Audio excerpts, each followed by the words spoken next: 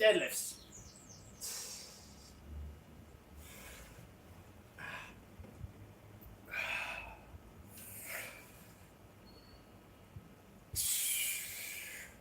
So everything's done by reps of 10 today. But this is the warm-up.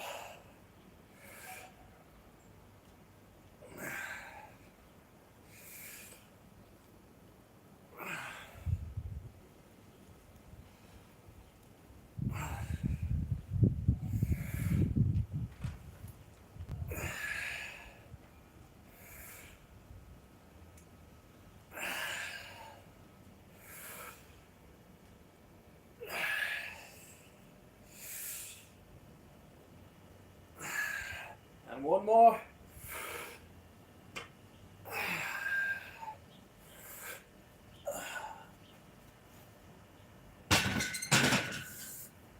So the aim for today is to get over, I'm going to use reps because after my last MRI on my knee, not my head, my doctor said that running needs time to recover, so no running, no heavy running. London Marathon is I'm going to walk it, but he was saying that the particular kind of issue with the knee means that heavy weightlifting, not a bother, not a problem whatsoever. He was saying that it'd probably be a good thing because it would increase blood flow to the tendon. Now I just got to write back to my friend.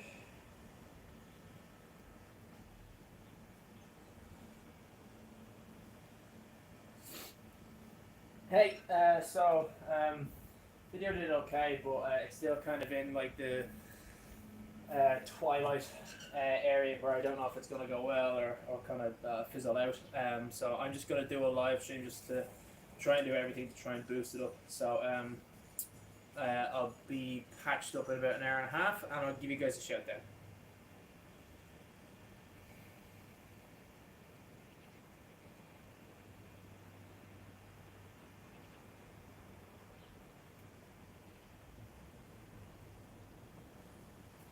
All right. Overhead press.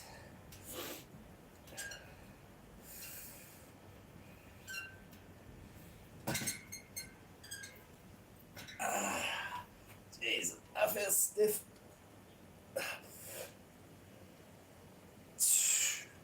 We'll just do. Hold on, wait.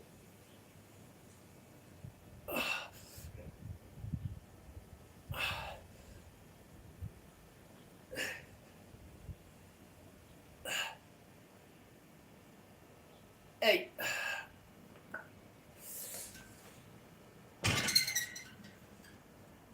Sorry, I got a bit distracted there. Normally I've got rubber plates here.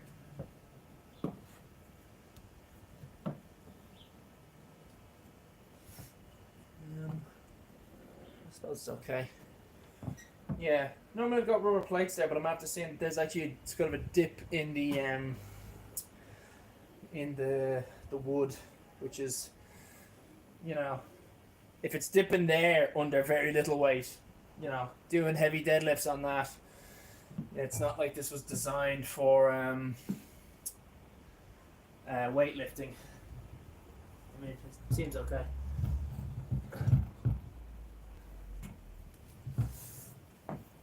I suppose as long as I don't bang the deadlift down, it shouldn't be too hard. Because I mean, like, I know if I lift the weight up, the center changes and the amount of force going down increases hugely. But yeah, I reckon I'd feel it creak a bit beforehand. At which point it'd be safe to just drop the weight down quick.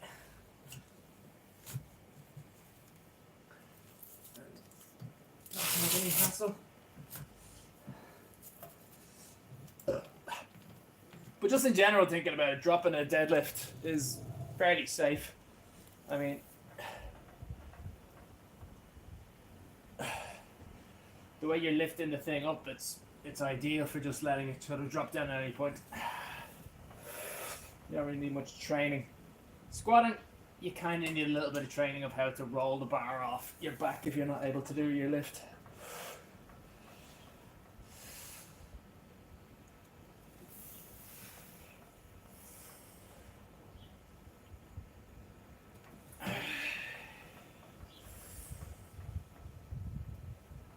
Oh. 5, 6, 7, 8, 9. We'll just do one more. 10. So the way I kind of break up, because the cable machine I can't really do too much of, just because the actual weight that's on the cable machine isn't extremely high. So there's I can add 20 kilos and I can add 10 and I can add 15 kilos to it. And when I add 15 kilos, I use one hand for like really difficult pulls, and it's a good enough weight. It's a good hefty weight. It's hard to do, which is what you want. I prefer strength training to what's called hypertrophy. Hypertrophy is just bodybuilding, making the muscle larger, which I don't want to do. It's nice to, having big muscles and all is nice, but like I don't really want to be very big because that's not good for running a marathon. Strength training isn't necessarily good for running a marathon either, but I just love being able to look at a coconut and think, pfft. Anyway.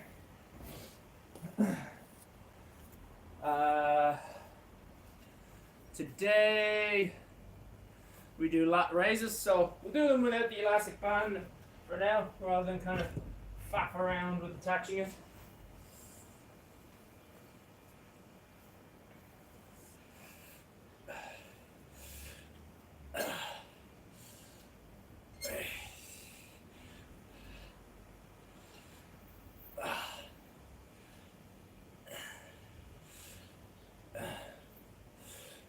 Eight, 9, 10. Other side.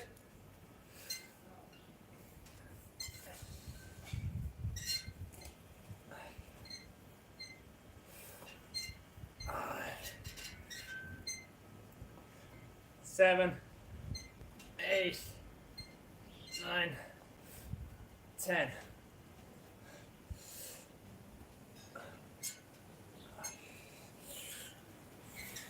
Just go in and open the legs up a bit, stretch them out, open the hips.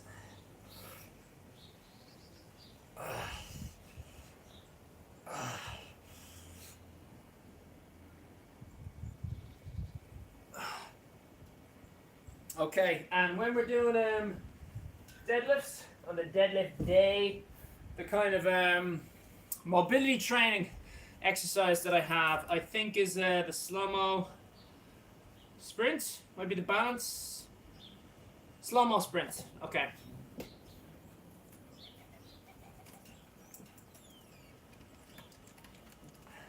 What's up, kiddo? So, slow-mo sprint is like it's like Ron Seal. It's exactly what it says on the tin. So we're just in very slow motion, emulating what the movement is like for when you're sprinting. And this is, Jesus, I'm feeling very unbalanced in these. Maybe it's the shoes. And what you're aiming to do is your foot or your knee aligns with your hand. And you go down, nice and tight, close to the chest. Extend all the way out. Pull back into the chest, into the center, and come back up. And that's 1. When you bring your knee back up is when you count to know when you stretch everything out.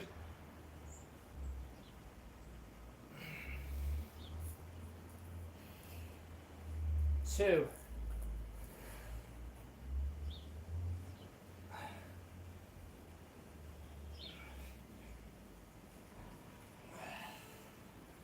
3.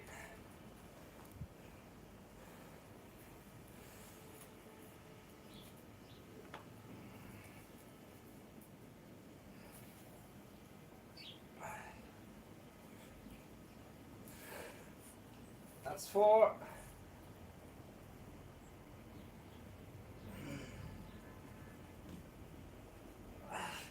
5. Woo! And try and do this with me actually. This is, you're on your phone right now, but don't worry, this isn't something that's going to break up a big sweat. It's not like doing 20 press-ups or anything like that. But try it with me. It's a good balancing exercise, and you'll see, like, when you soon get to like number 4, number 5, you really start to burn your calf. So you bring your knee up, opposite hand up, kind of like you're sprinting, and then as you go, you kind of change the direction of your hands to go the opposite way of where your foot is. Stretch all the way out. Bring everything back in while you're still leaning over, and then come back up. And that's 1. Nice and slow. The idea of this, when I say slow-mo sprint, is that at any point you can stop, rather than using the momentum to kind of fling yourself up. You're training the support muscles around your ankle and your knee. So this is quite a heavy workout for the foot in an odd way. And what you really want to try and focus on the most is never touching anything else. 1 point of contact on the ground, and do your best to hop. But if you have to, hopping is better than a second point of contact for balance. But imagine that your foot is glued to the ground.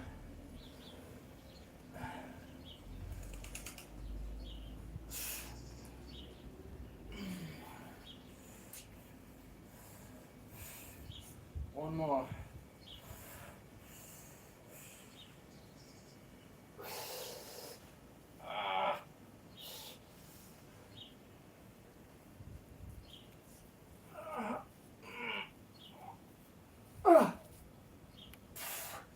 Oh, you can't.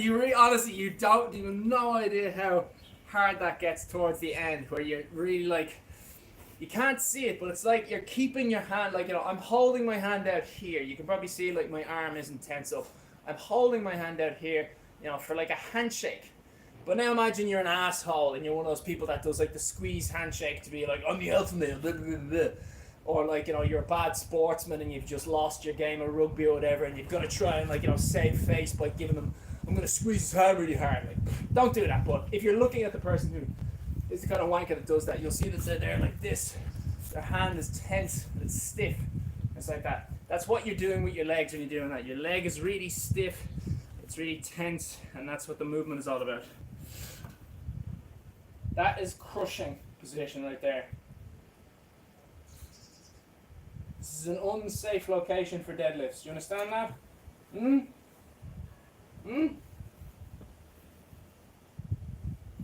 Unsafe. Safety first.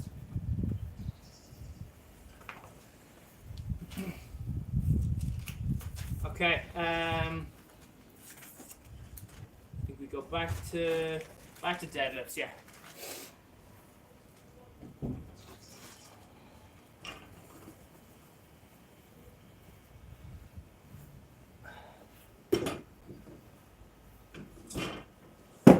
So again, this is just the warm-up sets. This is 70 kilos, which for a deadlift is not, you know, too taxing.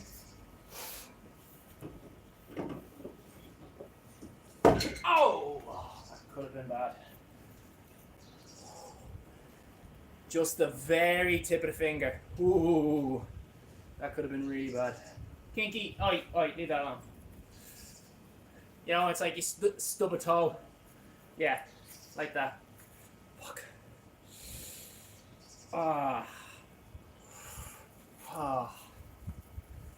Yeah, that could have been agony. I'm not going to pretend like it's not pretty sore, but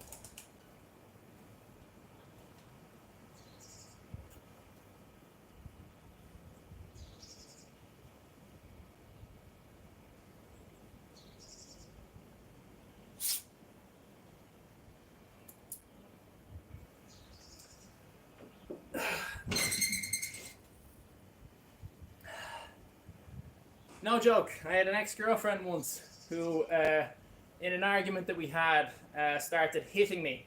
You know, perfectly acceptable. It's, you know, it's fine for domestic abuse to happen when it's men, because, you know, it doesn't hurt them as much. And so I'm there, you know, just, you know, blocking, and she breaks her nail, doing all that. And I remember I got her at some point and like held her hands together and was just like, stop it, calm down, stop doing that. And then afterwards, once the sort of things had calmed down, she gave out to me. You know, if ever he's here fucking gaslighting, she gave out to me for breaking her nail. You know, because she was hitting me with her hand and she broke her nail doing it. We're not together anymore. It's like saying you headbutted someone's fist.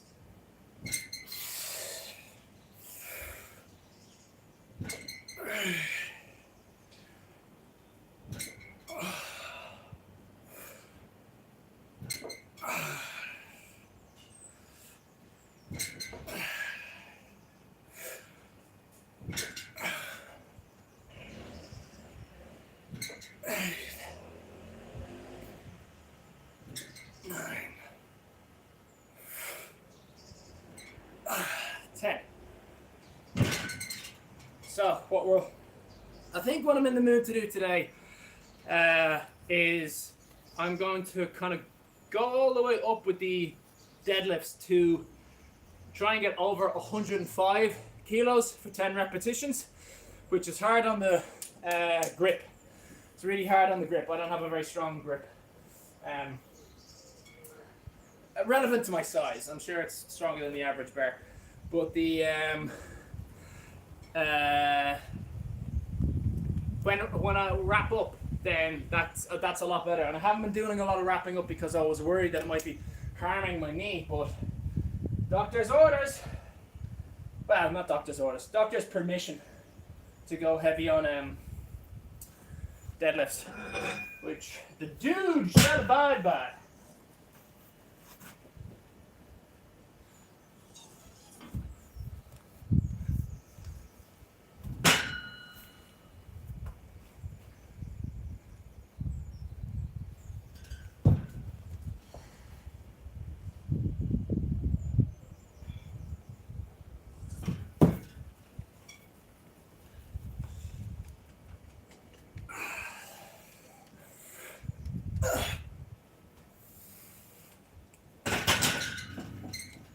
Okay, so we're going to be warming this up more for 10 repetitions.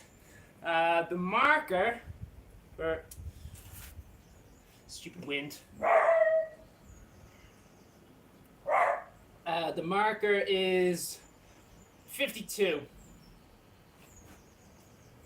which I did 2 weeks in a row. So we're due to go over 52. We're due to kind of break through to 55, I reckon. But let's warm up thoroughly. So we'll do this for 10 reps now. It's only 40 kilos, but I felt a bit stiff earlier when I was lifting, so let's just do this really thoroughly.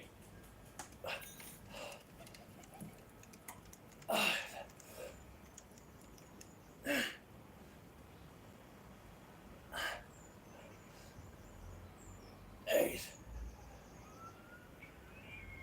9, 10. Let's keep going. So we'll I'll do one more. I'm gonna do a really long workout today. I'm gonna do take my time.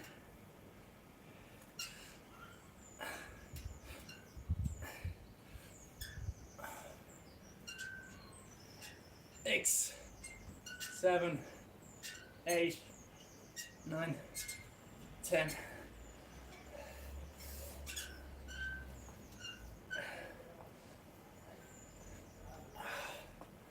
5, 6, 7,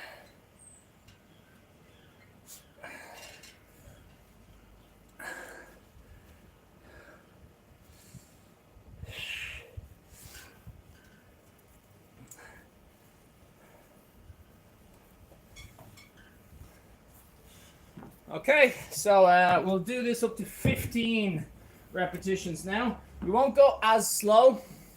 Normally for this one, I kind of slow it down a bit in order to like really attack the muscle and sort of it's more like hypertrophy, which I don't normally train, but it's kind of, I feel like it's better to even though hypertrophy focuses more on making the muscle larger, it still makes the muscle stronger. Same with strength training. It will make your muscles larger, but it will be focused on strength. There's always going to be crossover, but it's the same kind of thing where, you know, you can just have like, you know, normal, very fit lads, you know, down in the gym. You go down to the gym, there will always be guys that are like in very good condition. They'll be far bigger than Olympians doing weightlifting stuff. Some of them guys are like under, you know, 70 kilos and they can lift, you know, twice their body weight, 3 times their body weight over their fucking head. Not 3 times, but they're stronger than the bodybuilders, the normal bodybuilders, the lads that just kind of do it as a hobby down in the gym, down in your local gym.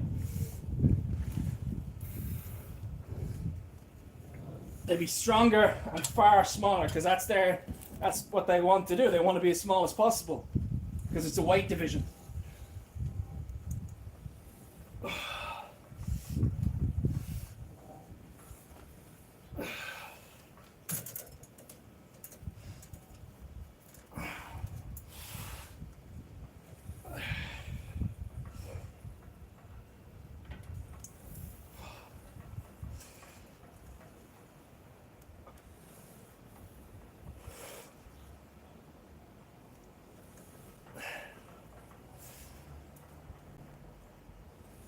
Seven.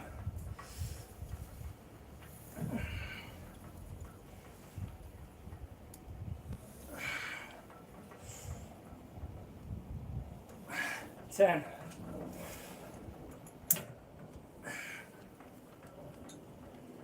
Get out of there. 11.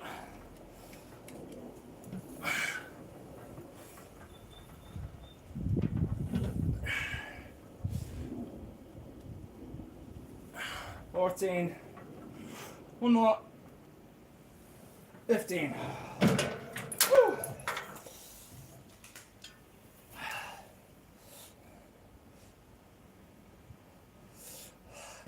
Now, give me 1 second. I'm just going to heat up my coffee.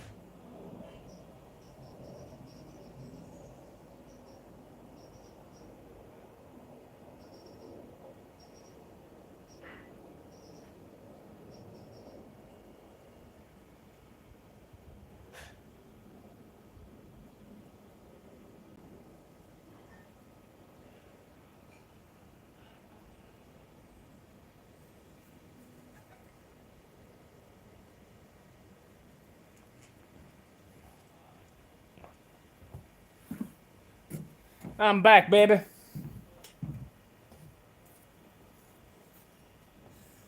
Alright, cable machine just done slow-mo sprint.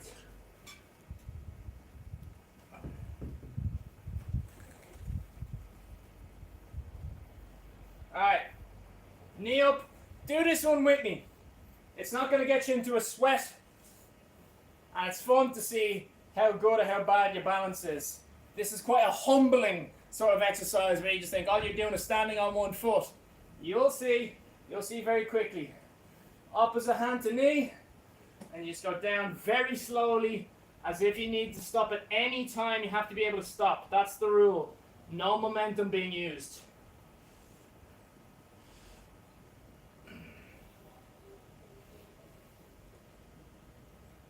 One.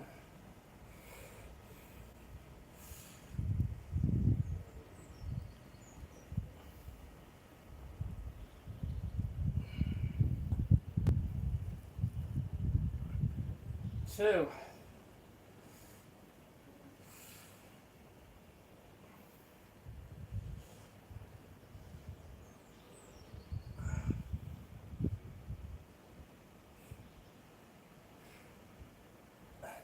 Three.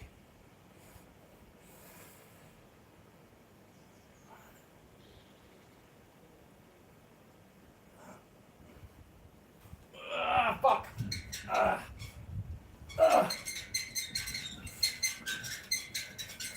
Alright, so that's not ideal, but 2 points of contact on the ground is the last thing you want to do. Hop if you need to. Fuck. Fuck.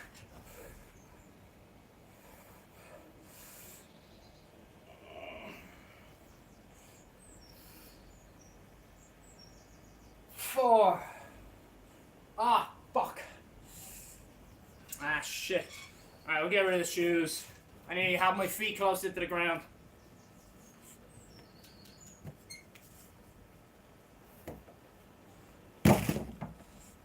As God intended.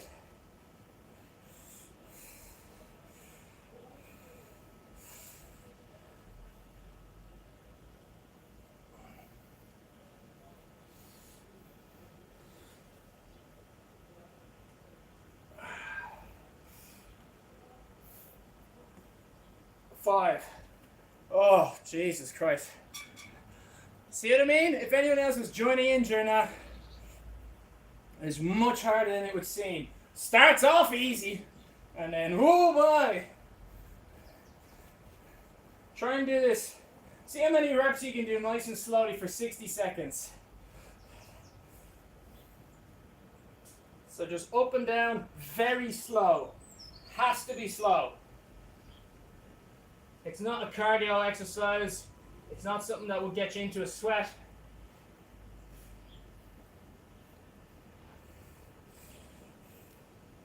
One.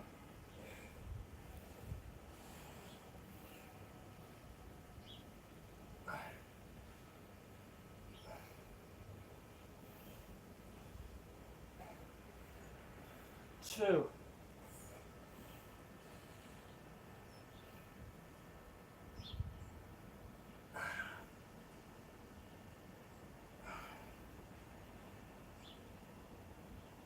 Three. Shit.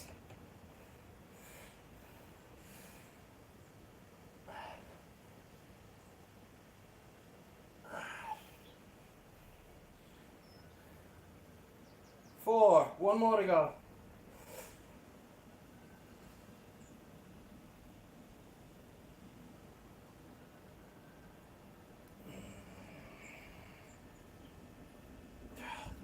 Woo.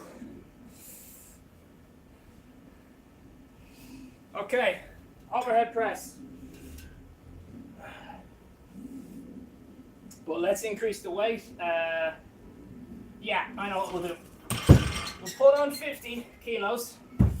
But seeing as we're still in the warm-up stages, we'll do 8 reps. We're aiming for 10 reps of everything today, but hopefully we're going to get to 10 reps of 55.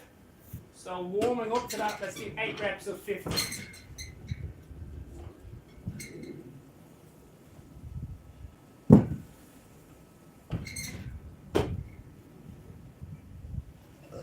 Excuse me.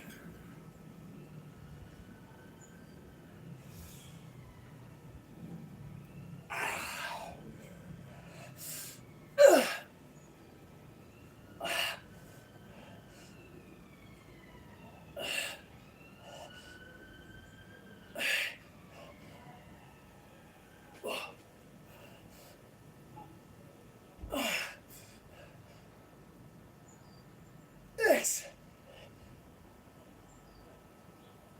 One more.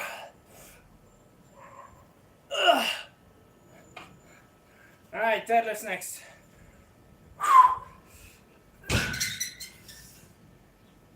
Alright, so that's 50 kilos.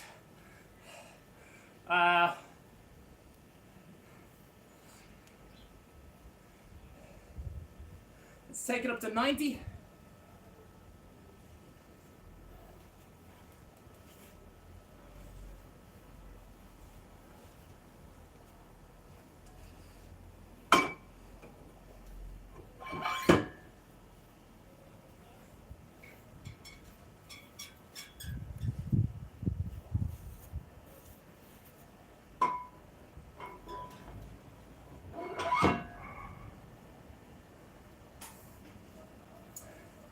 So we are aiming to max out with no reps on the deadlift. First, just get past 105 kilos, and then we're going to start adding the reps to the wrists, meaning that the main effort changes from my forearm to my legs. But we'll give both a good workout today. The forearms are definitely going to get a lot of work today, because that cable machine, that fucking, that's a forearm burner, I tells you.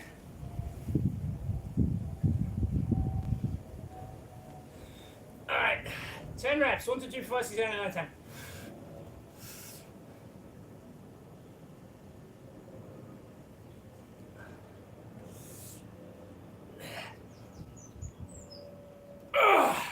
One.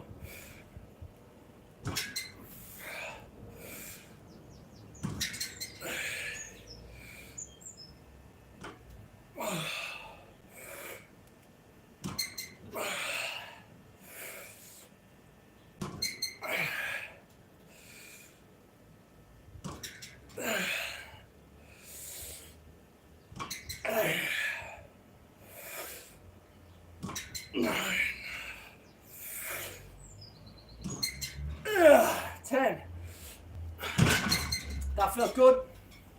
That felt quite good. I think I was a bit too harsh on dropping the weights down at the end. I really need to get out of that habit, because that wood is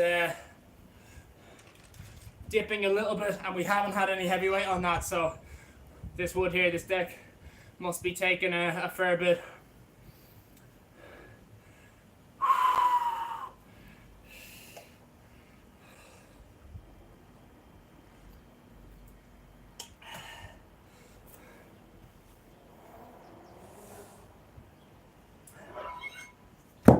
So I'm just getting the 20s off, because we're going to be doing the overhead press at some point, so I may as well take them off now.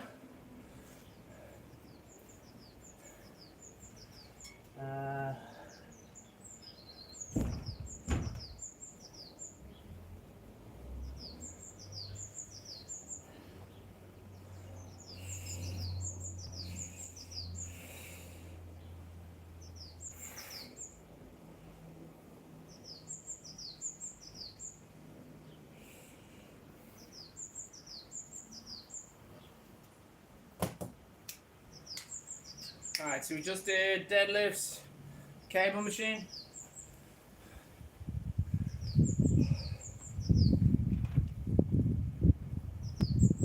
No. Elastics.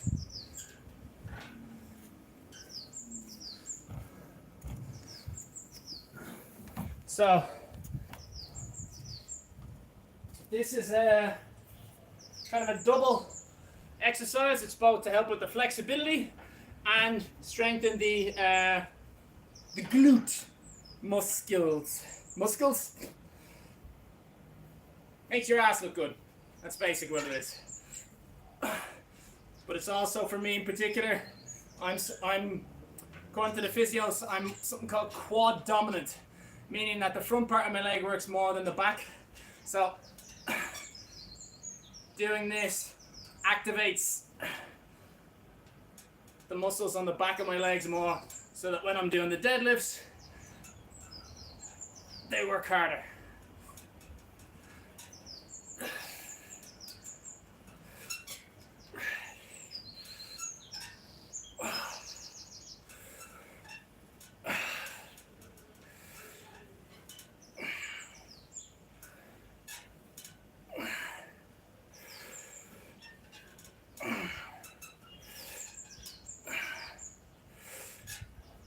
Ten.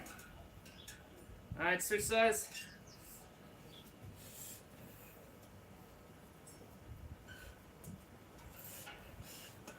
One.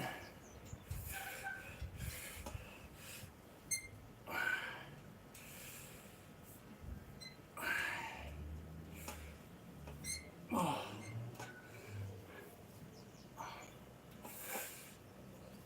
6.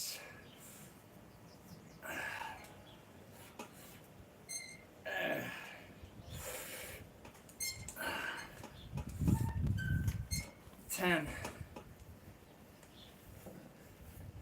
All right, cable machine.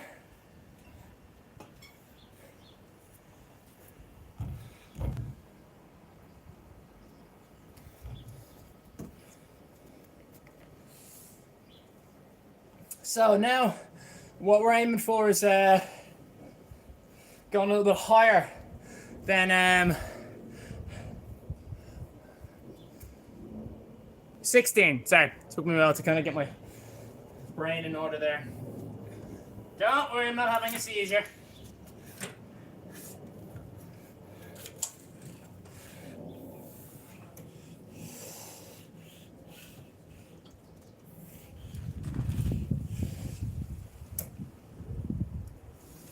One.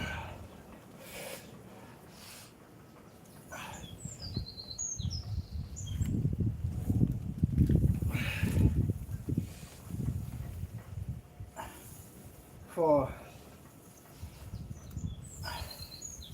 5. 6.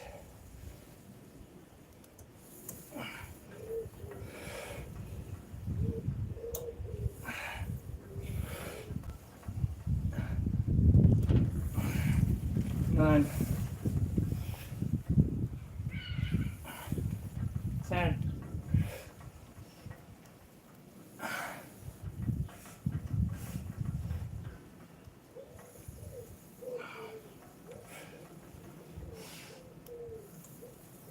13. 14. 15. One more. 16. Woo! Oh. Oh. That's a burner. Oh, she's a burner. Alright, slow-mo deadlift. Sorry, slow-mo sprint. Slow-mo sprint.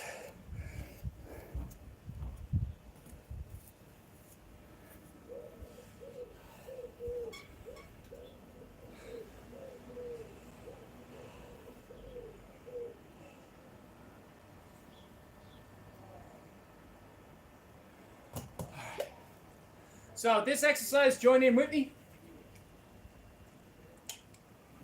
It's hard, but in a fun way, and it will not make you sweat. So it's very simple. We're just going to stand on one foot, raise the other knee up, and then kind of act like our left hand, if it's our right knee, left hand, right knee, same as the other way around, is opposite to it. And we're just going to do this motion. You see here, this is dead easy. That's very easy to do. We're going to do it super slow. I call it the slow-mo sprint. And the idea is that it's strengthening the support muscles that are around your knee and your ankle, so that when you're running, you land at the right sort of place. So if you can imagine, if I'm trying to hold something up over my head, I'm going to keep my arm straight. I'm not going to keep my arm like this out here. It's not the best. So what you need is you need the supporting muscles. This is an exaggeration, but you know, work with me here. The supporting muscles, especially when you're out doing something like a marathon, you don't want the supporting muscles getting fatigued, because then they start going like this, and then your main muscles aren't working properly. You want your support muscles to keep the big muscles, the strong muscles of the leg to stay in the right place, so that when you land, you're landing in the right spot and then taking off in the right way, rather than, like, you know, hobbling over to the side and stuff like that, because that's a big reason where I got my knee injury from. I wasn't landing on the ground properly. So follow me with this one. Try to do 5 reps and see how much harder it gets by the 5th one. Big aim of the game is to try not to hop around if you're losing your balance, but hop around if you have to. Try not to, but if you have to, do that. But try your best not to, like, 2 points of contact on anything. Try not to do that, because remember, you're training, focusing on your balance. That's what we're doing here. That's the purpose of this. So if you feel out of balance, good.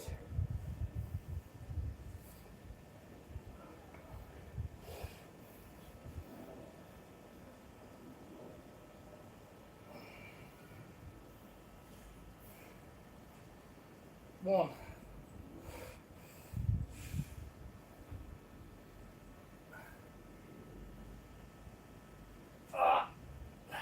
So you saw my foot there. I moved my foot. I didn't hop. Movement isn't good. Hopping is worse. 2 points of contact is the worst. So try your best to keep your foot glued to the ground. That's the game.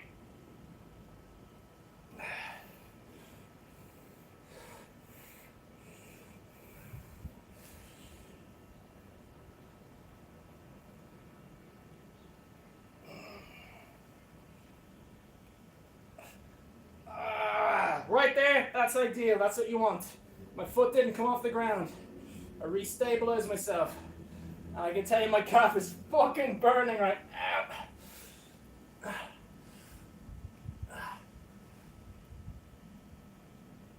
Oh, woo!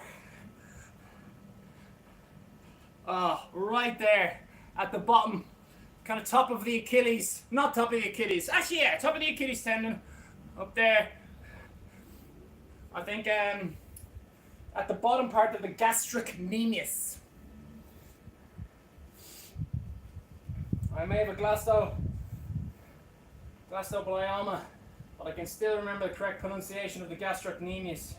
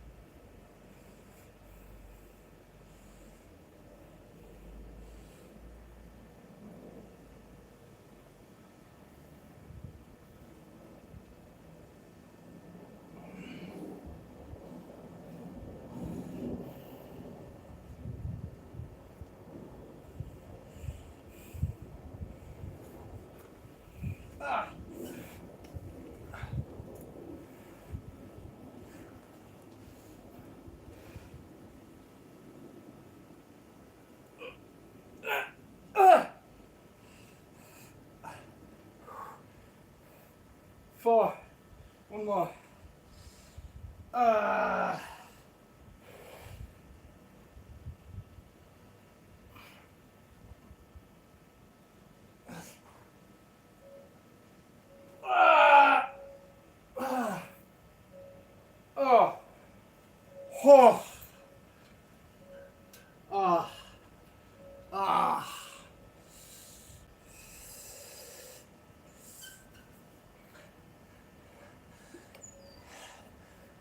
you start off rep 1, rep 2, rep 3, easy peasy, and then you have to, you get a little bit tired, you have to restable yourself a little bit around rep 4, and then it's just like, it's like one of those sort of, when you see the professional arm wrestles and they have these kind of tactics where it's like, I'm just gonna hold myself for a second and then I'm gonna like jerk. It's like that.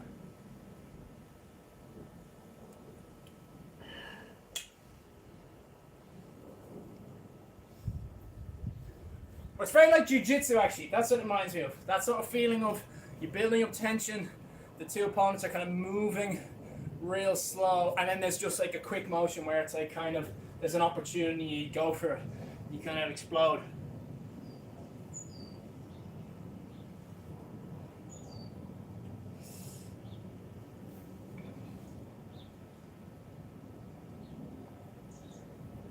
Alright, overhead press. This is 50 kilos. We're aiming to get it up to, 55 today. So,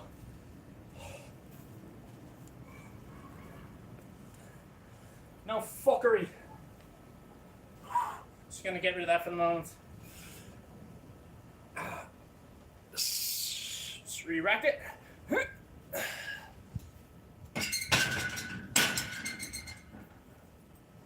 So we're gonna go 10 repetitions at 50.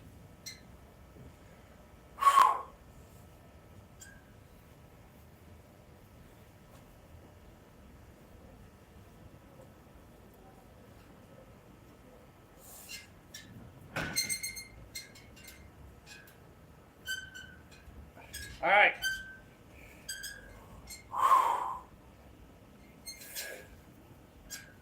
Ten reps.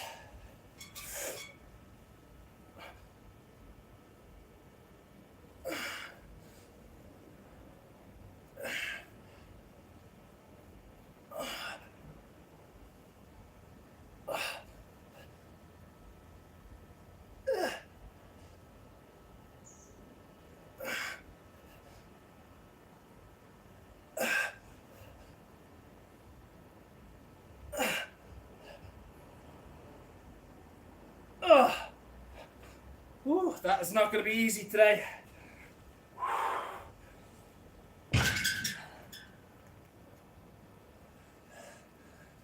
But I have said that before, where I was like kind of mid warm up, and I was doubting myself. But I don't know, maybe it's my age. Maybe warming up takes longer. I am the strongest I've ever been in a few different ways, so that might have a factor as well. New territory. Definitely strongest I've ever been on the bench, which I would assume translates to strongest I've ever been on the overhead press. I'm certainly no stranger to lifting weight like that, but my previous notes from years ago were for far fewer reps. They're for like reps of 4.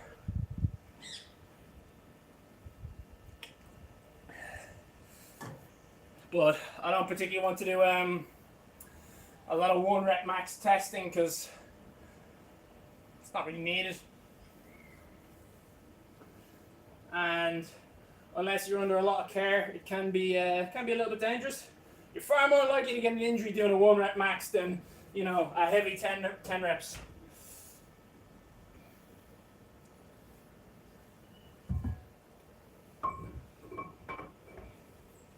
Alright.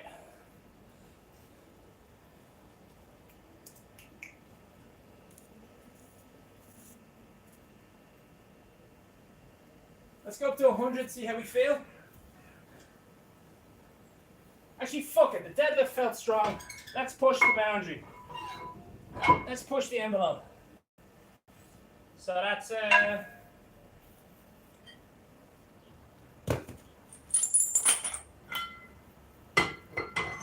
will be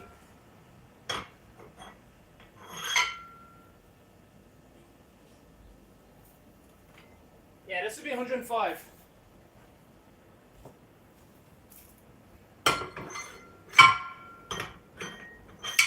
So for me, the hardest part about that is the grip by a mile. By a country mile, the grip is the hardest part about that.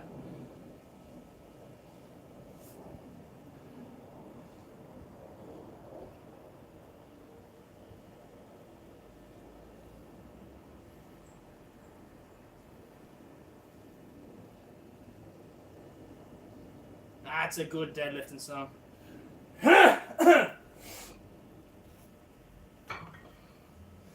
Right. This is definitely going to require a lot of like concentration. You know, I've got to make sure that I'm kind of lifting at the right pace. I'm not jerking around, and I'm not kind of messing my grip up.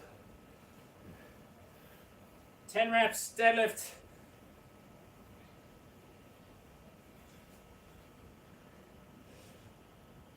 Which is 105 kilos, so gotta be smart. Alright, let's go.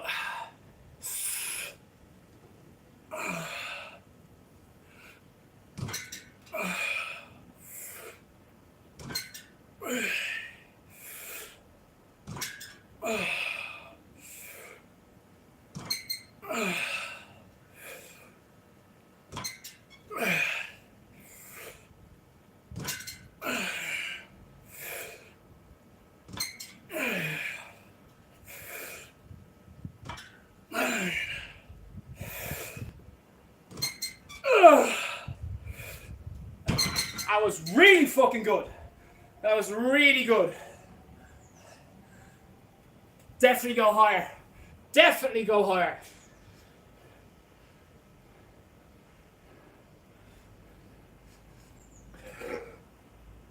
So, might not be strong on the overhead press today, but deadlift is definitely feeling significantly stronger on the deadlift.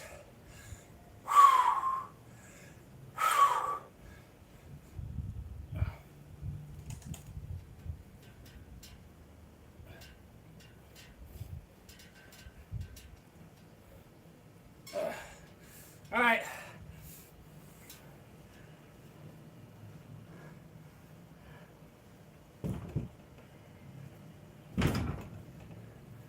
Time to work on the summer booty. Get ready for bikini weather.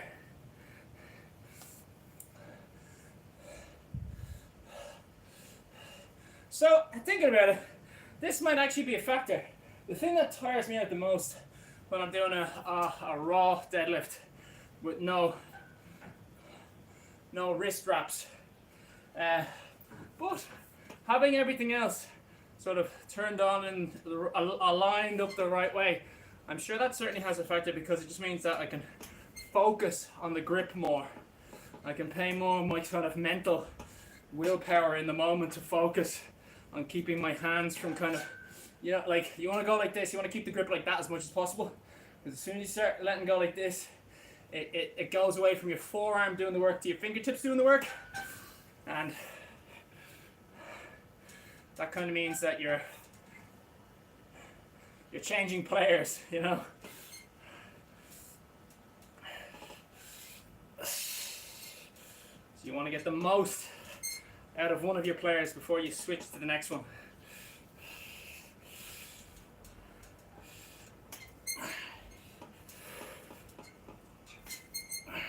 One more.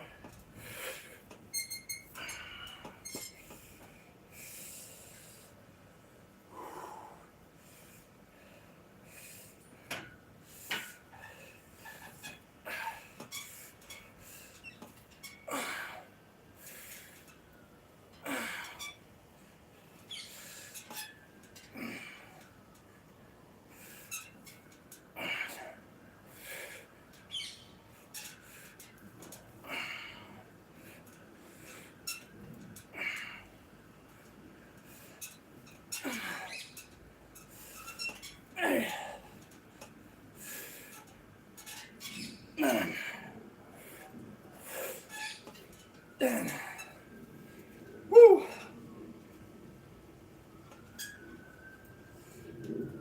Cable machine, I think. Yeah.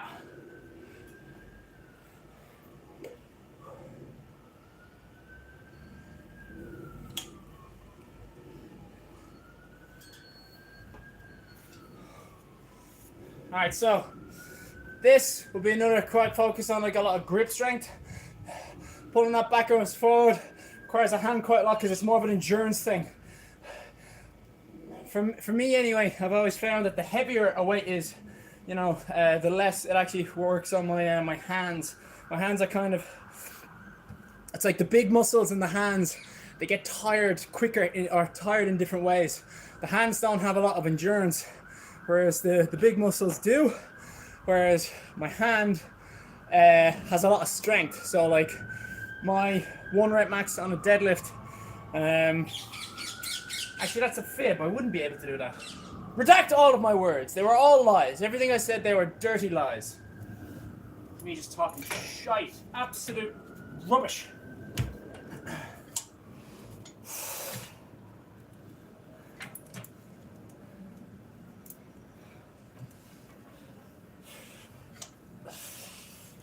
Alright, we're going to aim for 17 repetitions. 1, 2, 3, 4, 5, 6, 7, 8, 9, 10, 11, 12, 13, 14, 15, 16, 17. And fucking hell, when you count it out, it sort of sounds like a lot longer. Nice and slow.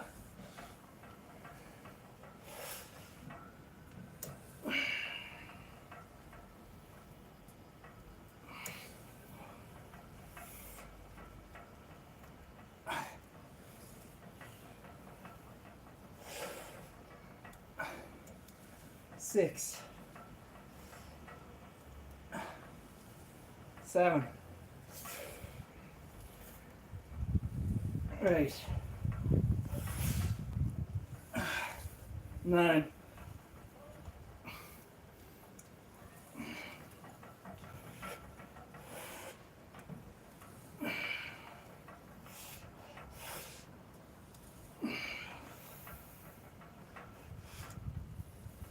13,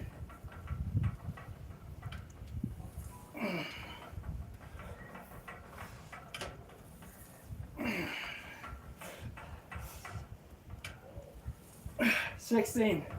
One more.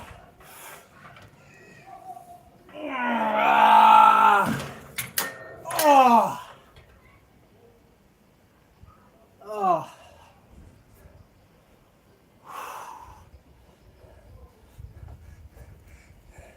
You can actually, I don't know, can you see? I think you can a little bit, just like the redness all there of where all the blood has gone to.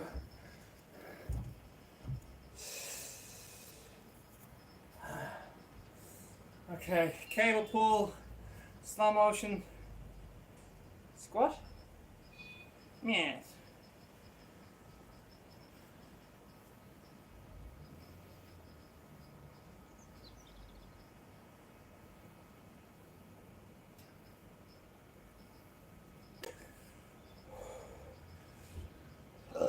Excuse me.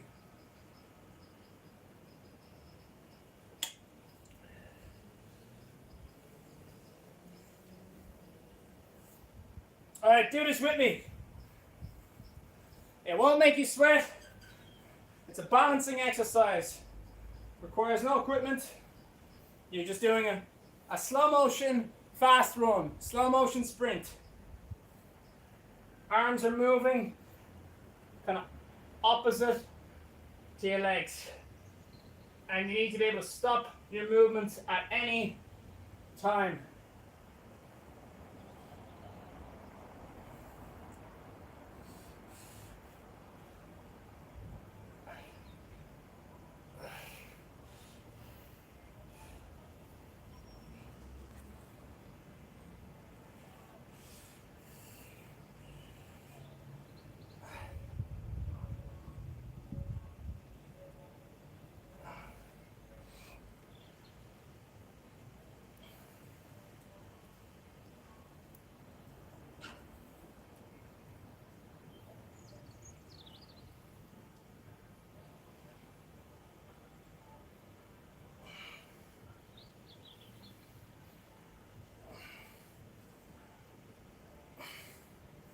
Alright, change legs.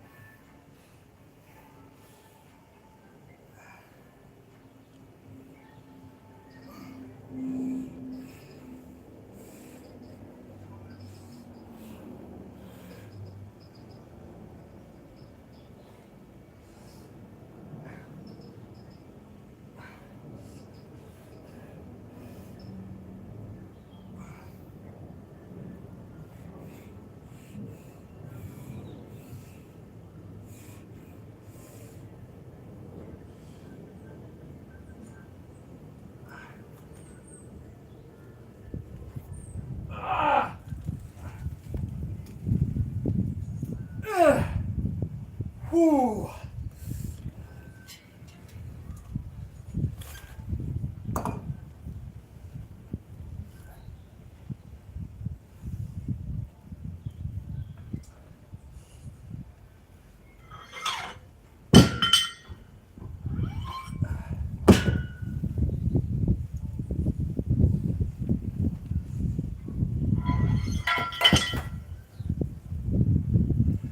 Okay, so we're moving on to overhead press, and this is a lift to match the last 2 weeks. I found it kind of hard to get past this number, 52, and not that I'm put myself down beforehand. I'm definitely gonna improve on the fucking deadlift. I'll tell you that now for certain. You can bet the rent on that one, but I don't think I'm particularly strong today for the overhead press. So if we get it, you know, that's brilliant. But if not, we'll try another day. I'm trying to make a video of my training program because it's simple. It's not like complicated. It's just do 6 reps, do 8 reps, do 10 reps, and do 2 different kind of workouts each day. So you have A and B workouts, and they both kind of do a lot of a full body workout each time. So you're actually kind of training like if I just did this one workout, if I just did B forever, you know, and then 10 years down the line I do workout A, I'd still have improved workout A by a huge amount. So the idea is, because you're working out a little bit different every day, some parts of the muscles get a little bit of a rest, so you can kind of push the way through. And because you go 6, 8, 10, that means that in total you have 6 different workout routines. You're unlikely to get through all 6 in a week. Even if you did, I wouldn't advise it. I'd say try and throw some cardio in there just to break up the distance between training patterns. But the idea is that every time you come back to workout A and you're doing it for 6 reps, it will normally be about 2 weeks since you've last done that. So as an example, the last time I did deadlift workouts for 10 repetitions was April 7th, which is, what's that, a little bit over a week? Yeah, nearly 2 weeks, almost 2 weeks. And so 2 weeks time, if you've kept to your training, it means that I'll probably see some progress from the last time I did that workout. And the idea is that tomorrow, when I do, squats for 6 repetitions. The last time I did squats for 6 repetitions, it was on the April 8th. And so I'll likely see one of the exercises improve. And so it's not necessarily something that you'd have like Olympians training, because it's not kind of ideal for that. But what it is really good for, it's good for normal people who are trying to just get stronger, people who don't have a coach. That's what it's really good for, because it means every single day you go to the gym, every single day, once you've gotten started with this program, every single day you see progress. Now, it's kind of falsified a little bit in the way that, like, if you were to do 10 reps of bench press, and that's what you did every single day in the gym, eventually you would see improvement. But if you kind of change it up, it's kind of like a little mind trick where it's like, hey, I never could do 6 repetitions for bench press this strong. So it's a really good way to keep you encouraged, because it's like your body, you see the progress. You physically see the progress. Couldn't do this weight for this reps 2 weeks ago, and now you can. And the next day you can do a different one. The workout changes all the time, but once you get to repeating that same workout, it will encourage you to keep going. Anyway, I'll make a video about it someday.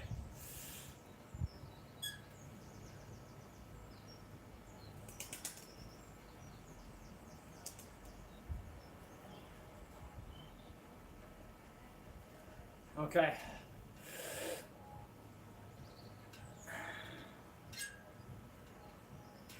So this is the same as last week and the 2 weeks before. Really want to try and get past it, but I'm not going to kick myself if I can't.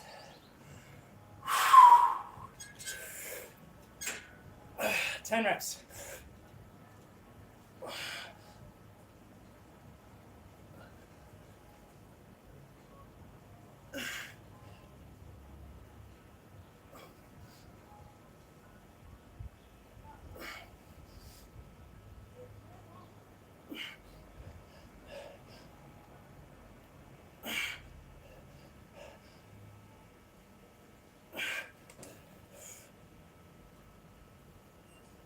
One more.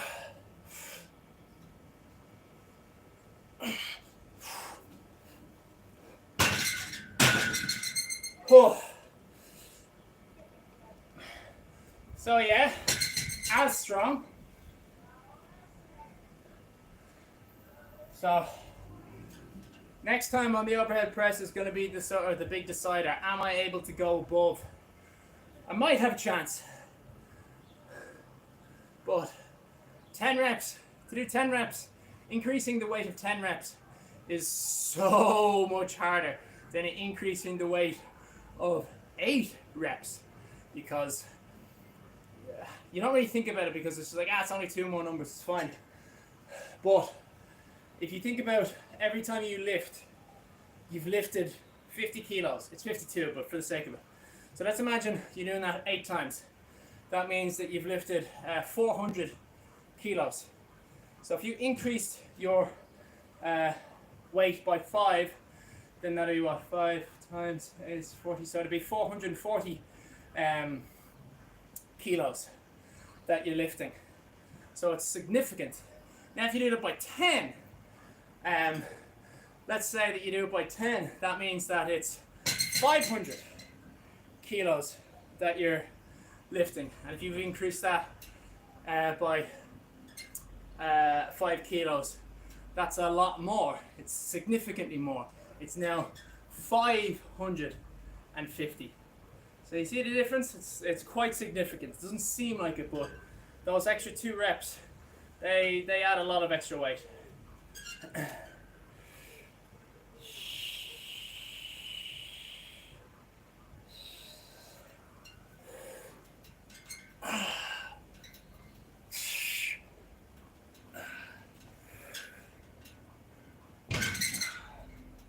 Okay, so I'm going to do one more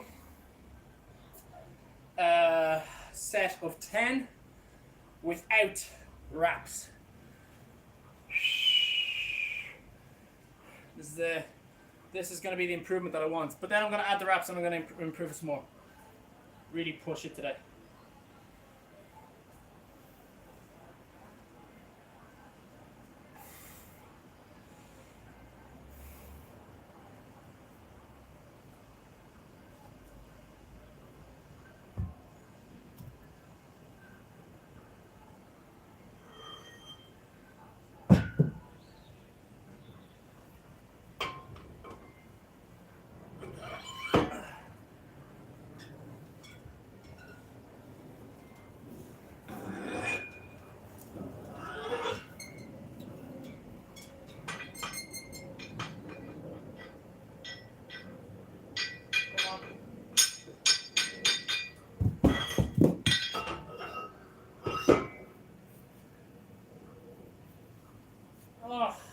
I'm sorry to everybody who has OCD, or the people who say they all have OCD, but then in real life they actually just like things to be a bit clean. But this deadlift bar is not going to be symmetrical. I know.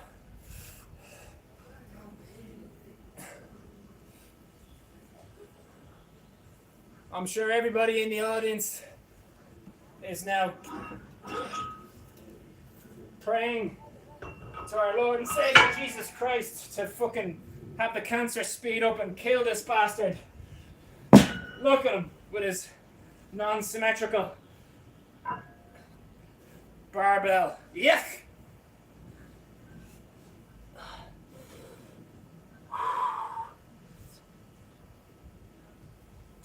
So this is 110 110 kilos, which I'm going to aim for 10 repetitions.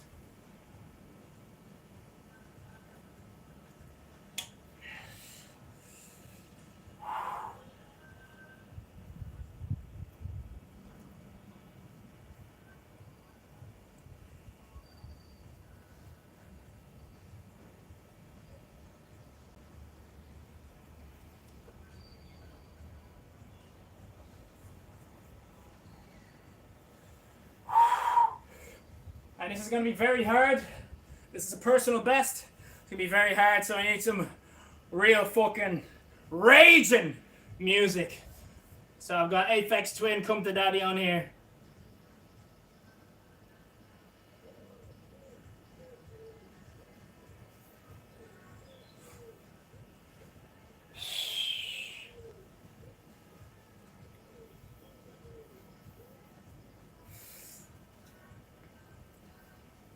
Alright.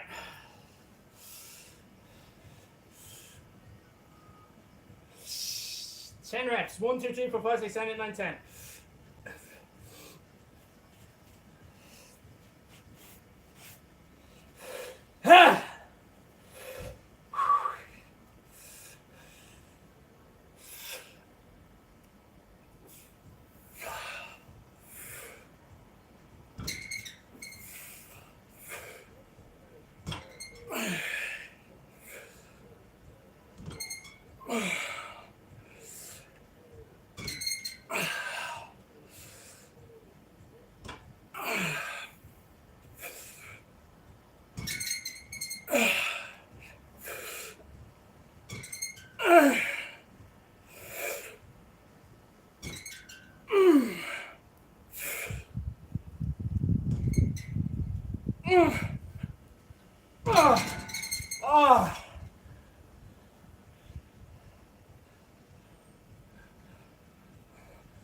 Oh, that's hard. But that's an improvement.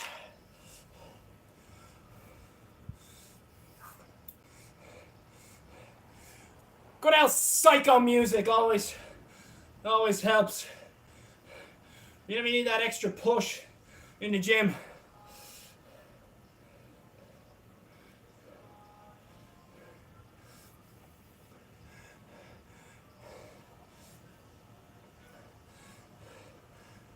The club music in the opening scene of Blade. There's another great one. That's by the same band who did Blue Mirror. Blue Mirror, fuck's sake. Black Mirror, Blue Monday. New Order. It's kind of weird that it's known as the Blade song. I mean, that film made it famous, certainly, but it's weird that people don't know it as, New Order made that song. It's not like they're a small band.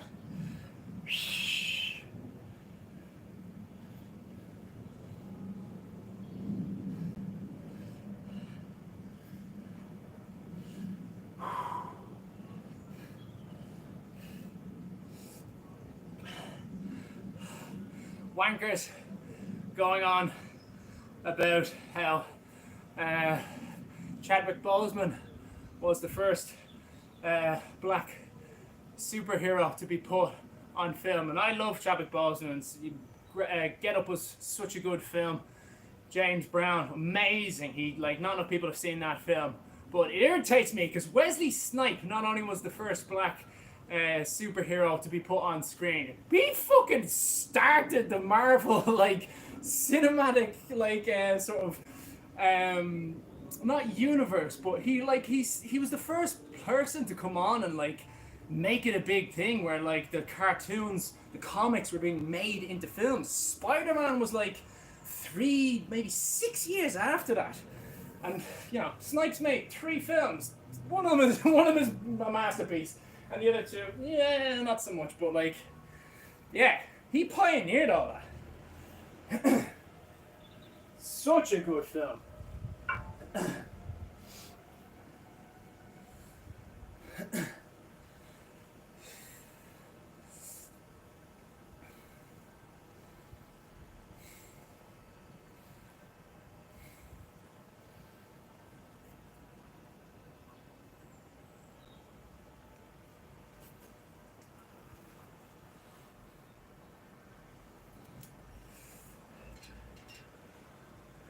All right, warming up the bum a bit more.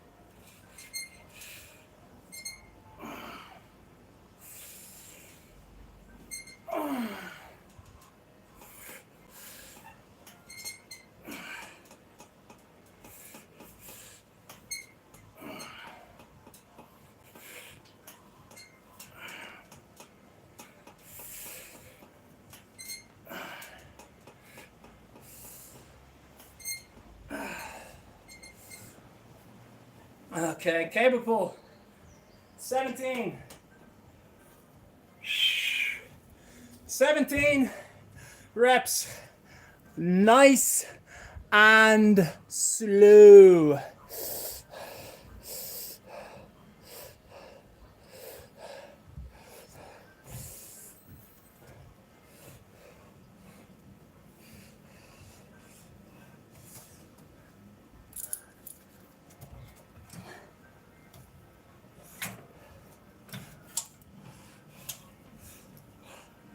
All right, so we're aiming for 17 repetitions under a good solid rhythm. Kind of like sometimes when I do stuff like this, I kind of like to imagine myself as like an engine, like a steam engine, where you just kind of move in the gears the exact same way at the exact same speed, like a robot. Like in one of those kind of pressing machines at like a newspaper or something.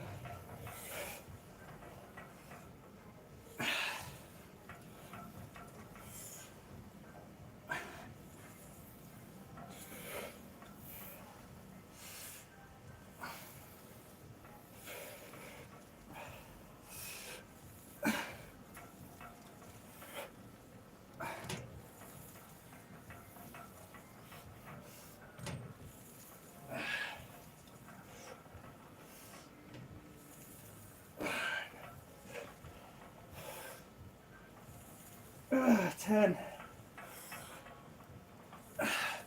11. 12.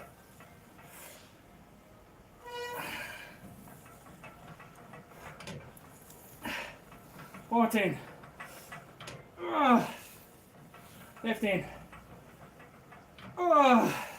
16. One more. Fucking hell.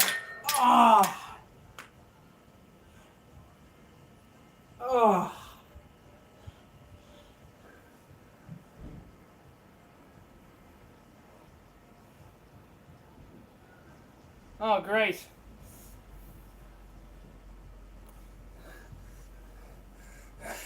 That's how hard that lift was. Cape breakingly hard.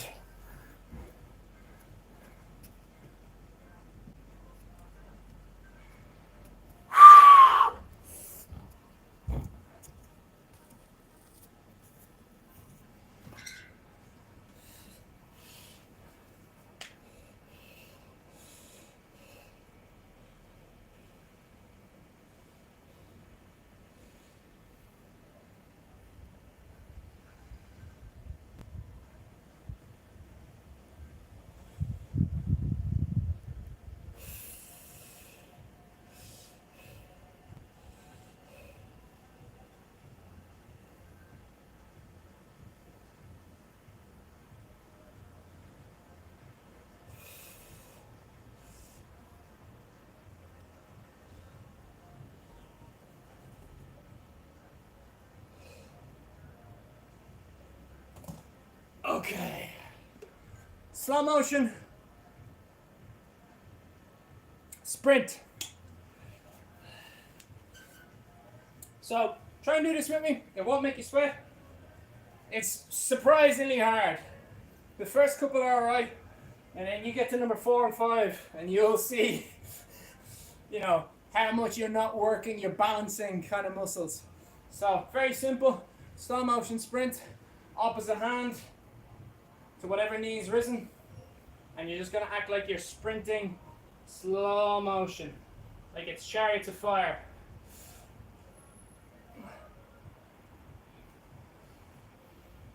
Tommy Cruise at half speed. 1.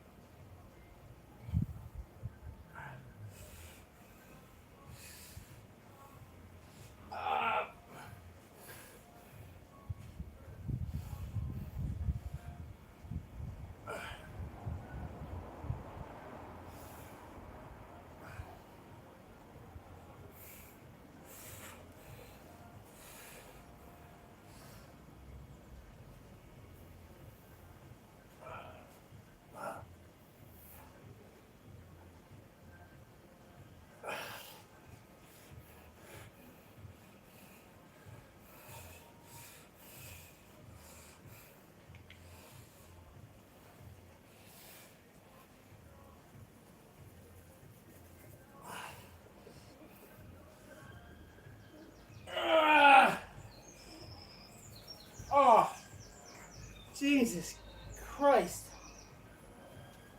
Oh, fuck.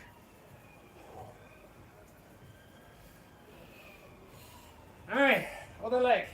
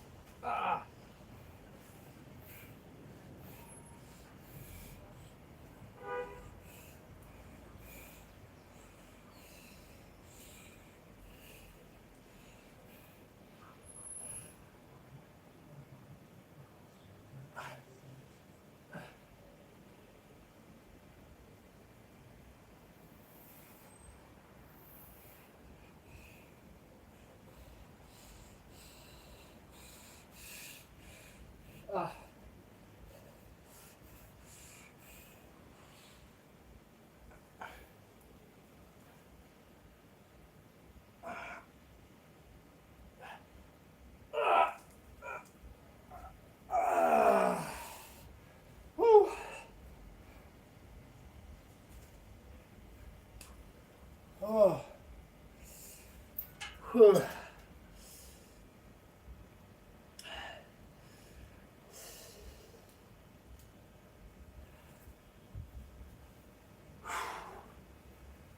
Okay. We're going to do big dog lifting now. Aiming for 55 kilos. 10 repetitions. Now again, to be clear, I don't expect myself to be able to do this. And I'm not going to beat myself up if I'm not able to. But, because I'm fucking improving hugely on my deadlift. Up by 5 kilos. And that's a lot of increase when you're talking about doing something for 10 repetitions. It means that it's your whole kind of set is 50 kilos heavier. If you just as an example, 100 kilos, you do that 10 times, you've lifted 1,000 pounds, or say you've lifted 1,000 kilos. If you add 5 kilos to that, you've lifted 1,050, which is, you know, not a small thing.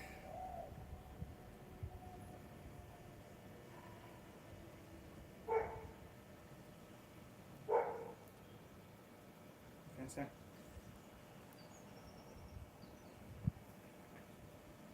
Right.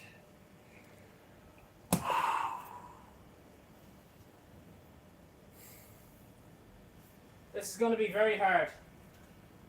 10 reps is way harder than reps of 6, reps of 8.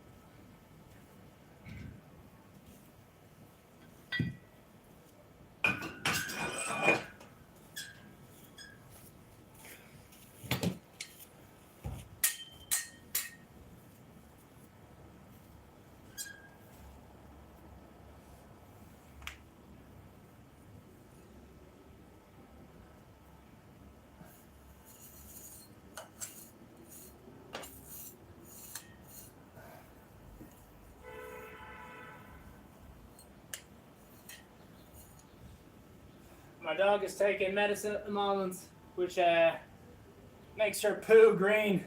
So it can be a tricky one to find sometimes. But there was a little bit there, only a tiny bit, and I doubt very much if I stepped on it.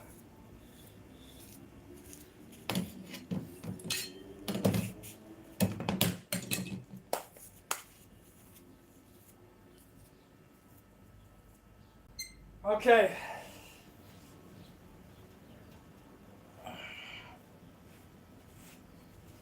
Let's just get everything out the way. I don't want any excuses.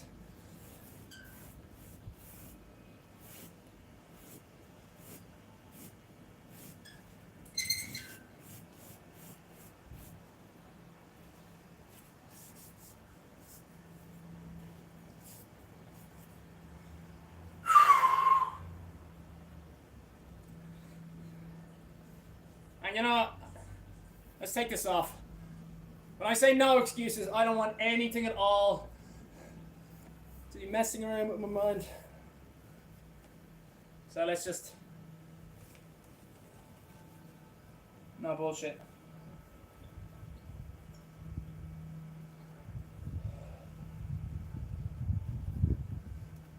And oddly enough, this is actually handy because it just keeps my hair in place.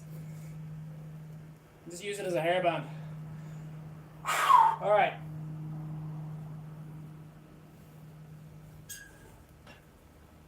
Most important thing is safety. So if my back is, you know, tilting back, that's going to be a no-no.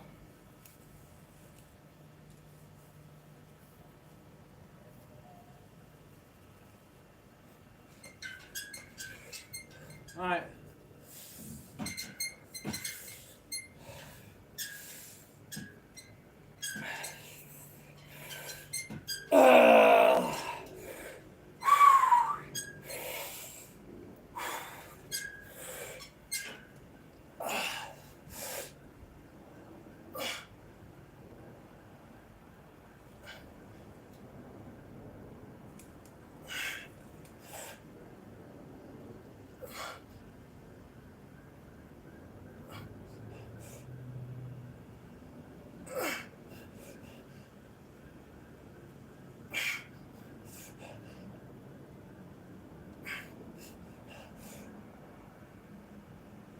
Nine.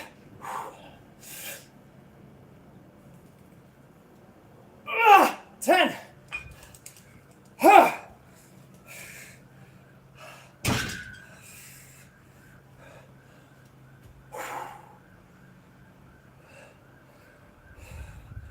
Right on, brother.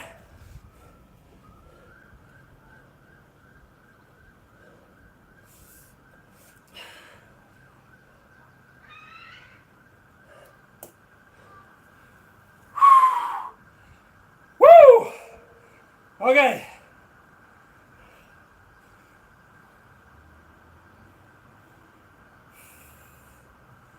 All right. Good. That's very good. I've been trying to crack that for a while. 27th of March, I did 52. Let me see. Let me go back to March and February.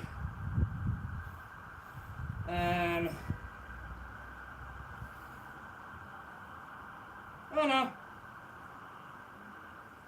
Oh no. Excuse me, I exaggerated. I did 52 twice. 1 week was a fucking was a step up of progression.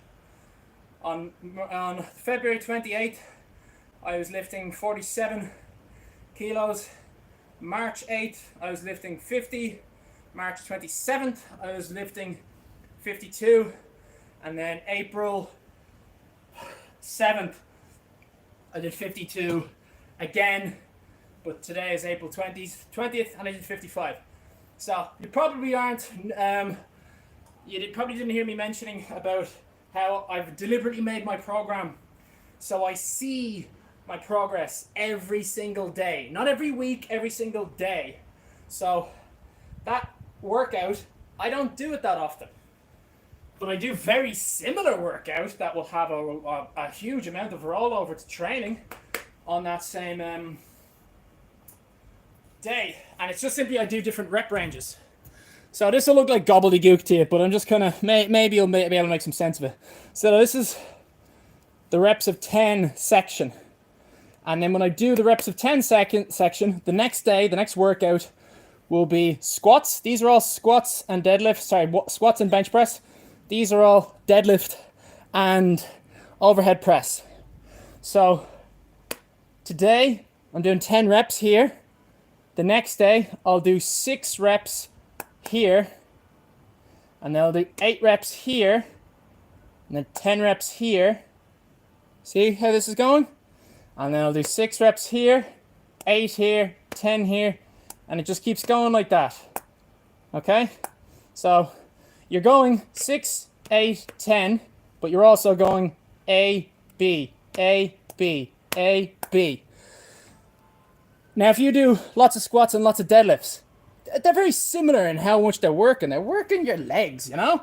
If you do bench press and you do overhead press, they're both building the muscles in the shoulders quite a lot. If you're doing pull-ups as opposed to cable pull, you're both using your back to really pull yourself towards an object. So you're still working out almost like, you know, you're still working the body in a similar way every single day. But the important thing, this is not for professionals. This is for amateurs and people who are training by themselves. And it's just for motivation though. It means that every day when you're doing the next day's workout, you're highly likely to see progress. So it's just really encouraging to just keep saying, wow, this is working. This, like, you know, lifting the thing up off the floor and putting it back down again. Doing that on a regular basis is really working. I can see the numbers. The numbers are going up. 102, 105, 110, 130, 135. Every single day there is progress. 102, 105, 18.7, all the way up to 20. You know, every single day. Bang, bang, bang. It'll just keep you coming back to the gym, because you can see the system is working. And not to kind of put a downer on the situation, but that's part of the reason why I've been like kind of struggling a lot with like social media and the I wouldn't call it depression, but like I'm not feeling the happiest in the world, and it's because just the videos, they're not really kind of making much progress. Like, it's kind of like surviving more than like progressing. And as a comparison to like 2 years ago, back when I had like, you know, 100,000 followers, every day I would just see like 5,000 followers, and it would just be slowly tinkering up, and it was just really like fun to watch. Wake up every morning and be like, yes, I'm on my way, I'm on the path. I can see the end result in every footstep. I can see I'm getting closer to that end thing, and it was really good for my happiness. And now it's kind of like,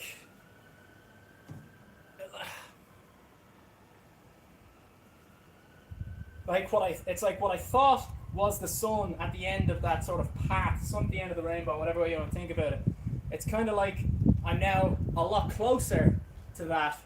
I'm looking at it, but it's like it's almost like that sun. It's like, oh shit! Now that I'm a lot closer to it, I can see this is not actually the path to that location. You know, it's like coming to the edge of a cliff, or you're like going along a river or something. It's like, shit, I should have gone a different path. This has certainly got me a lot closer to the sun, to the thing that I'm aiming for, to the point, to the location. But now that I'm closer, I can see this was not actually the way to do it. Which is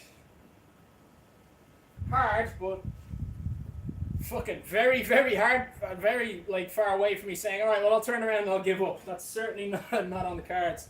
I assure you of that. Anyway, enough fucking shite talking. Time to lift heavy.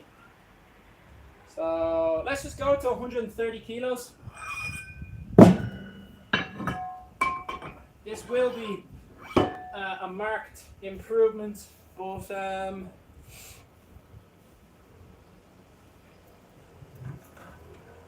haven't done deadlifts for wraps for quite a while, so I'd be very surprised if this isn't I wouldn't say easy, but if this is not something that can have more weight put on it the next set.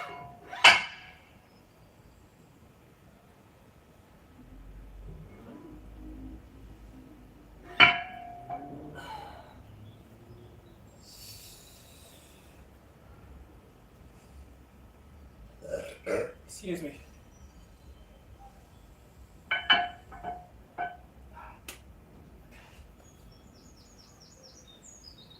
8 reps, but with wraps. Sorry, 10 reps, but with wraps.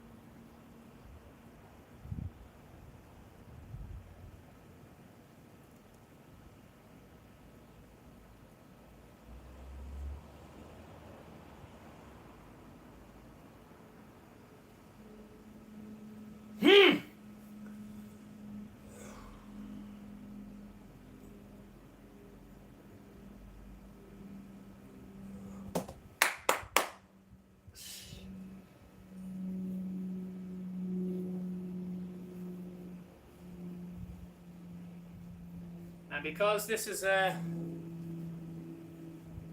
very heavy weight, deadlift, well, first of all, I'm just going to close the door.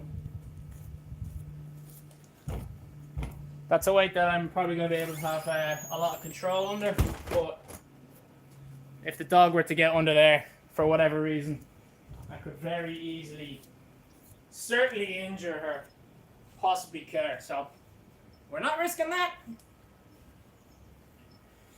I'm a very odd person, very weird, but my dog means a lot to me. I'm very weird like that. Very few people can relate to that.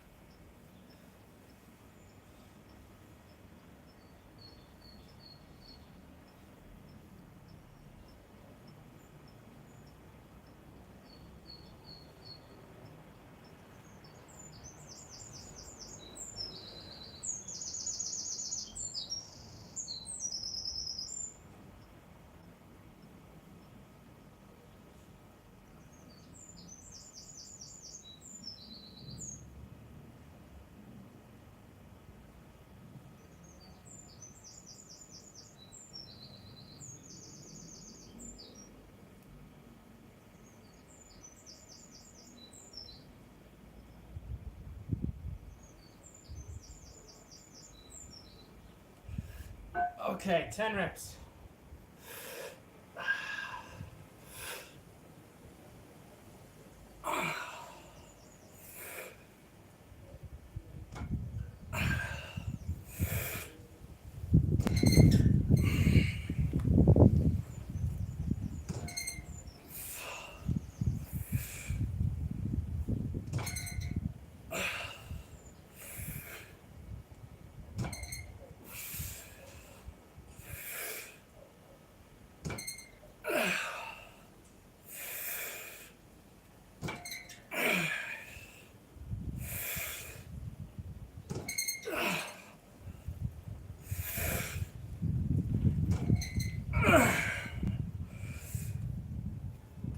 Oh, oh, Jesus.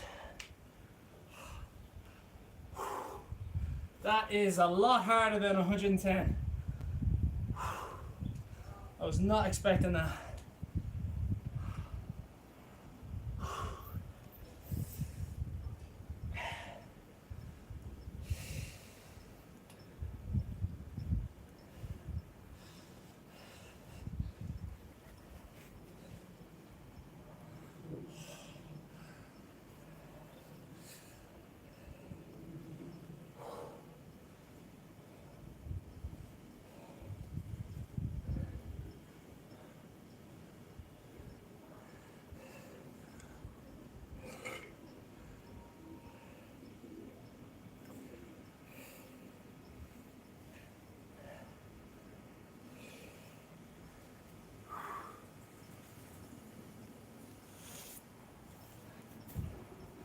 Let's catch the breath. And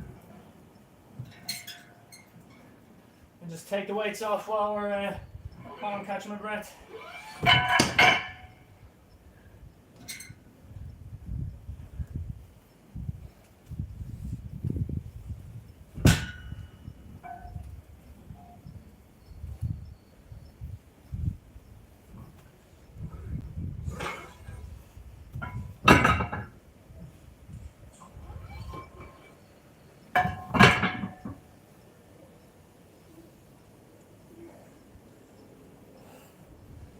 Alright, what's next?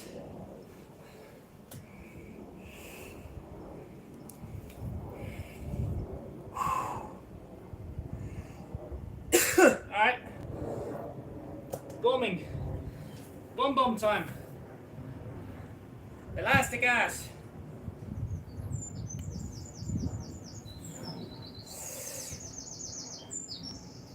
And if you're thinking dirty thoughts right now, that's because you're the dirtbag, not me.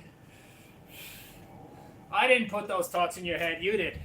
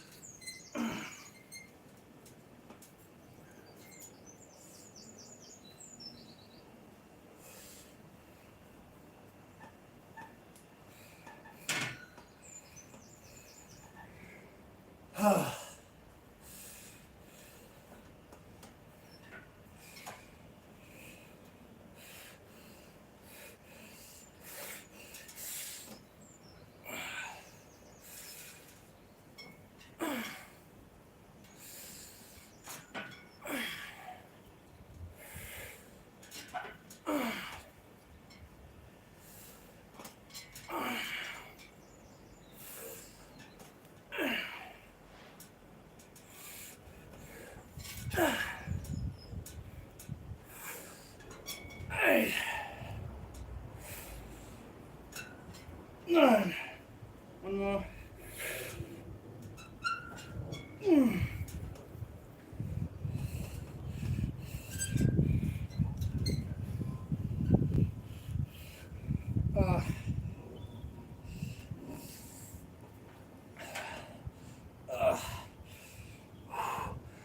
hips are so tight.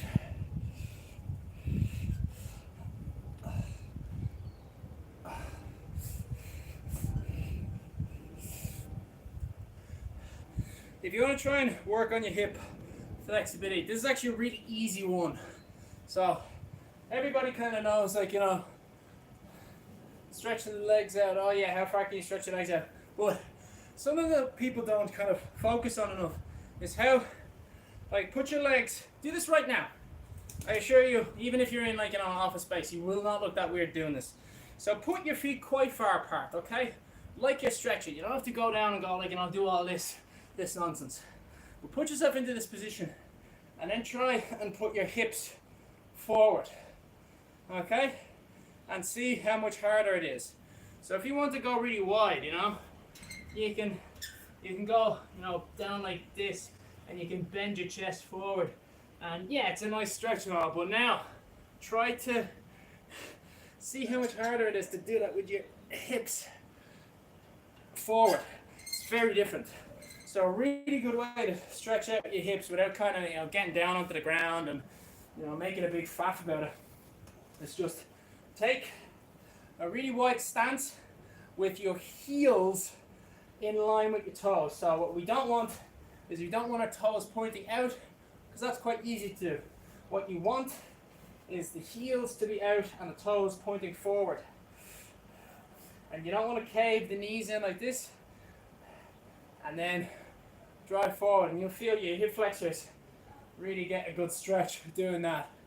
Just leaning forward with your ankles in line with your toes, and then, you know, increase like so. Anyway, what did we just do? Deadlift, elastic, and we're doing cable pulls.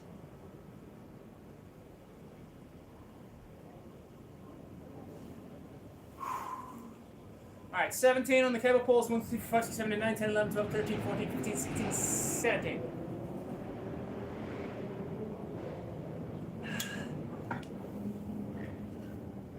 And 17 repetitions.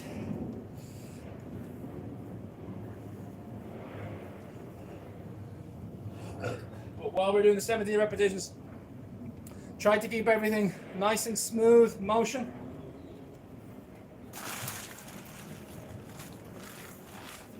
Definitely want to avoid jerking.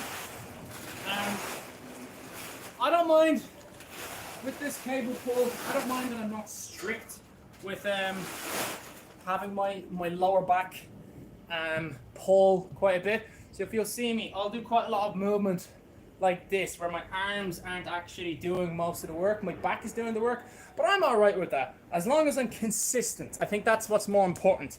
If I'm, like, you know, lifting crazy heavy weights, but I'm using my back, I don't mind that. You know, it's safe in this position to be using your back to help you with the thing. What I do not want, and no one should ever do this, is when you start jerking, going really fast, because that's kind of where, especially when you're doing things for repetitions, that's where you kind of get tears in your arms. You're lifting too much and you jerk and you pull a muscle. You don't want to be doing that. If you're training for something that requires you to be explosive, that's fine, but you need to be really aiming for that. Are you training to be able to, like, you know, pull someone in a jiu-jitsu tournament or a judo tournament? You know, you're trying to work on your pulling technique. You know, just make sure that you're doing it in the right way and not just kind of jerking your muscles. So, like, as an example, if you were trying to do something like that, if you were to do like a snatch with a dumbbell, that would be a good exercise for that. Perfectly safe. You just gotta make sure that you're not kind of using the elasticity of your arm to, like, kind of yank it and use it as a kind of a bouncing motion, because it's not. They will certainly do that.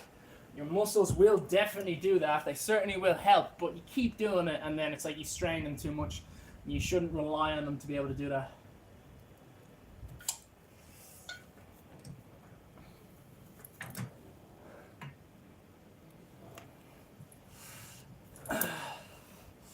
Alright, 17, nice and slow, under control, all times.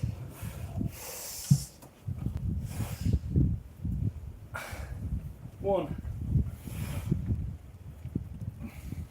2.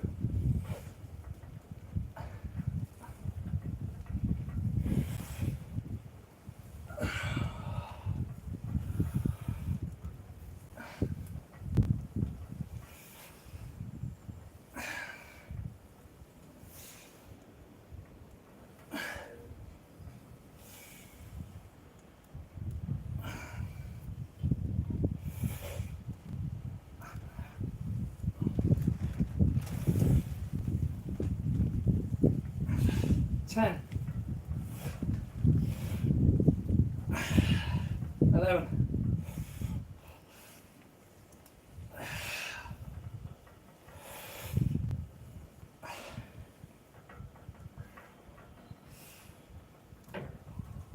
14. 15. 16. One more. 17. Oh.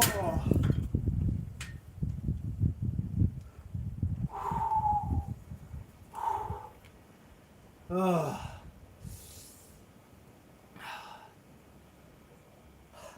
That'll put hairs on your chest, mate.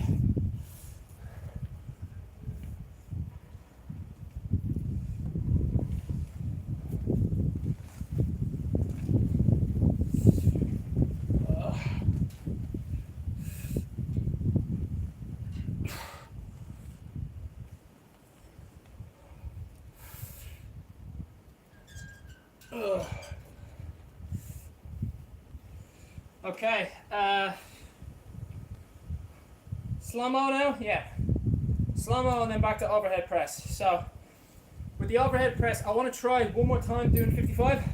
I feel like when you do twice in a workout, that's, it's like you absolutely got it. I can't remember who it was. I think it was one of the F1 drivers who was saying if you win the F1 once, that's great and all. But you're not like a true champion unless you do it twice, because then it shows that it wasn't a fluke. And I quite like that attitude. I think it's good.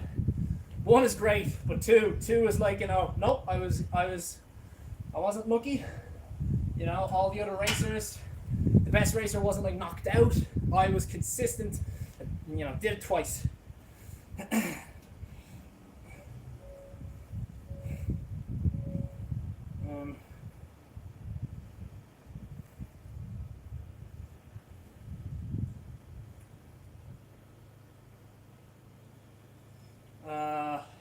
Sorry for a second, let me think about it.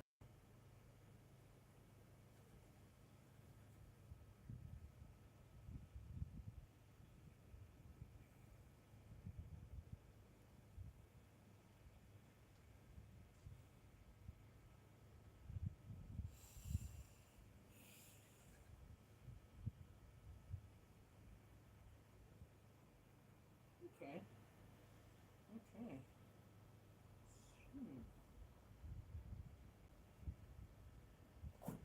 It's not bad.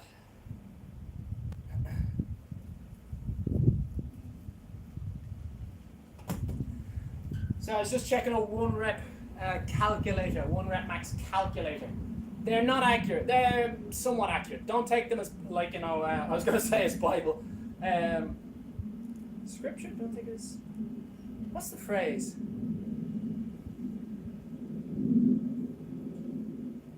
Oh, I can't remember. It's like, don't quote me on that, but there's another phrase for it where it's like, anyway.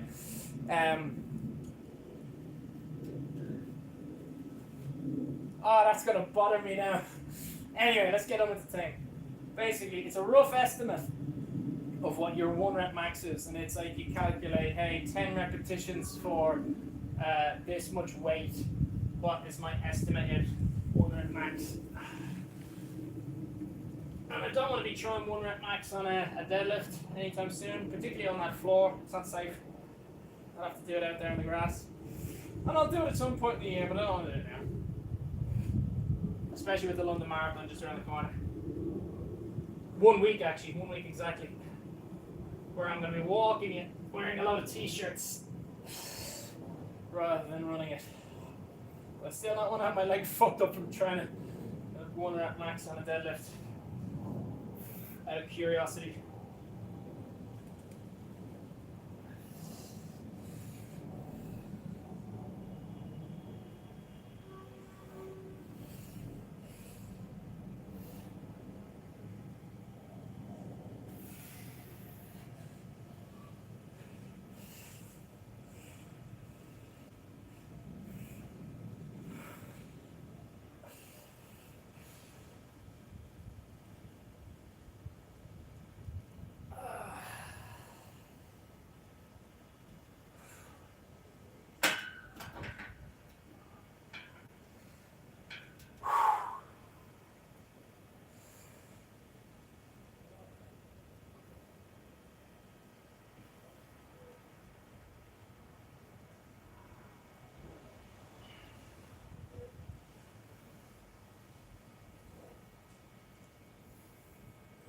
one.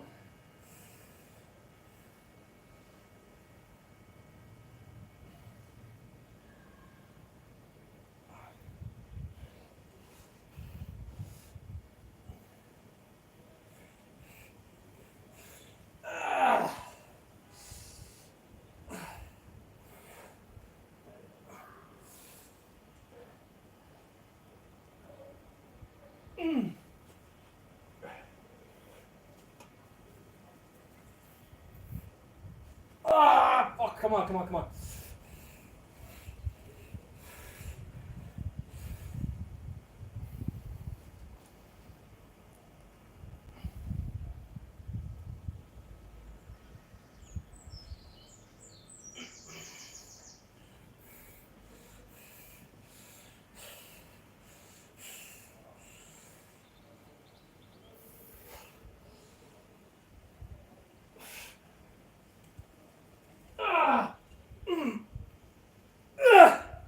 Wow.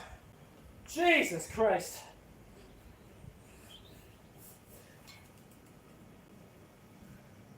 Oh, those lines. It never ceases to surprise me how hard the 4 and the 5th repetition come on, and for those balancing things.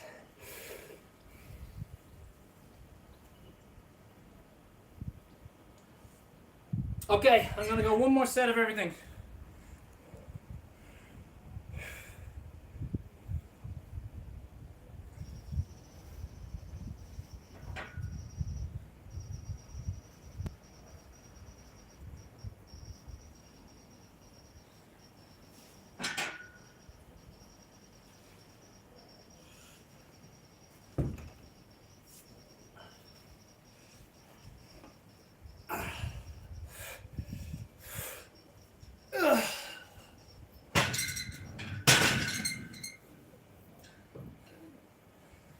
Okay, so I want to do 55 again,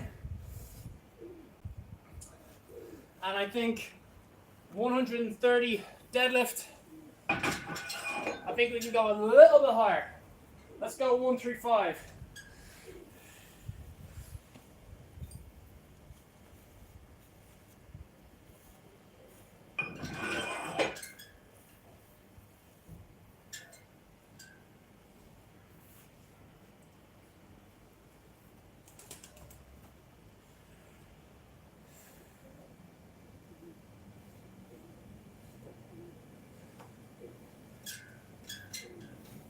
Okay, I'm just gonna get a little drop of water. Won't be long at all.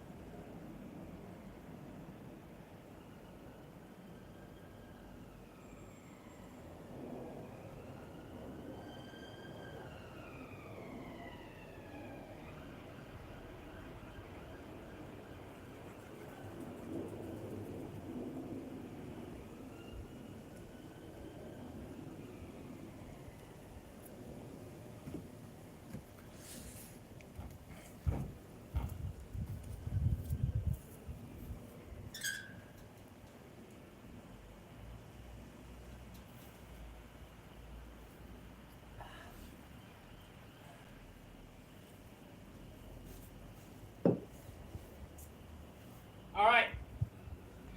So I did this once in this workout, so we've already won.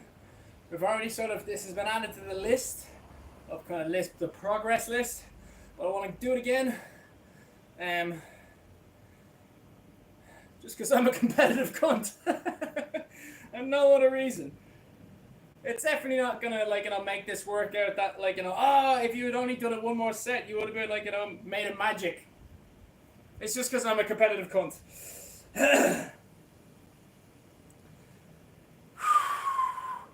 So getting on some banging tunes to get me through it. And that's fun music. It's brilliant music. What is love? Absolutely brilliant. But I need angry. I need angry music. I need don't fuck around angry music. And you know what we were talking about earlier on? New Order, Confusion, also known, better known for some reason, better known as the Blade club music track. I'm not gonna pretend like I was like, oh, I was a New Order fan before it was cool. I used to think it was called the Blade club music for years. Been listening to it for years. Listened to it for like way over a decade. Like a decade and a half. And then I found out when I like downloaded it onto my Spotify, what the fuck? New Order made this song? The same guys who did Blue Moon? Fuck's sake. Blue Monday. Blue Moon, fucking Black Mirror. I've been getting everything except right today.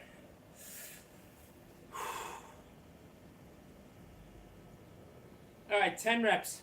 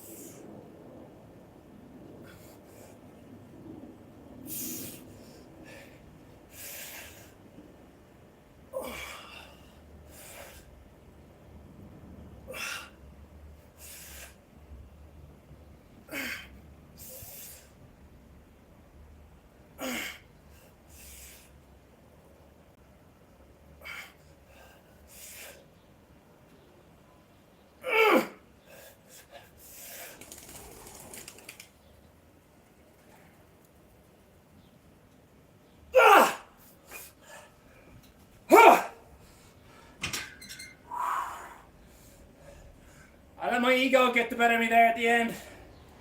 And that was borderline a little bit unsafe. I'm feeling alright, but shouldn't have been doing that. I should have said, no. Don't push through. Safety first. You know, that was lucky. That could have ended up with me pulling my back a little bit and then not being able to train to my best ability tomorrow.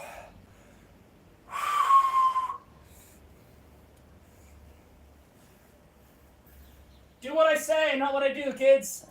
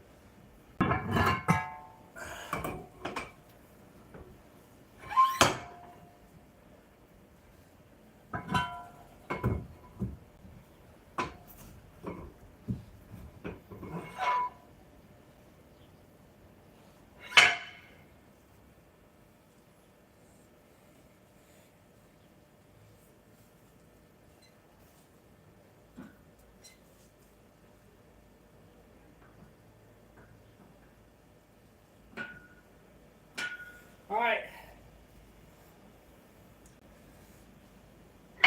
Alright, seeing as how they're already bouncing around, let's put the clips on them. I don't want any excuses.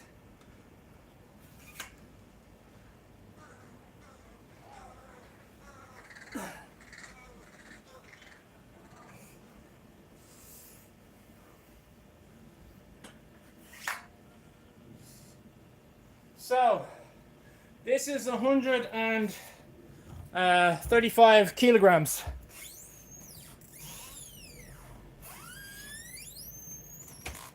Let me just make it so Kinky doesn't come out and ruin my fucking life by getting squished.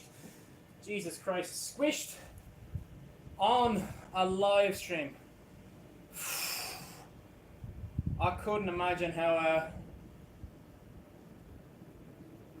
how much sadness that would bring to my life. I don't know if I'd rewatch it or not. I reckon I'd have a curiosity, like a morbid curiosity, to kind of, I don't know, see in detail what I did wrong. I think I'd do that, and then of course, seeing the event again, it would be unbearably saddening. So yeah, that's the kind of fucked up thoughts that go through my head.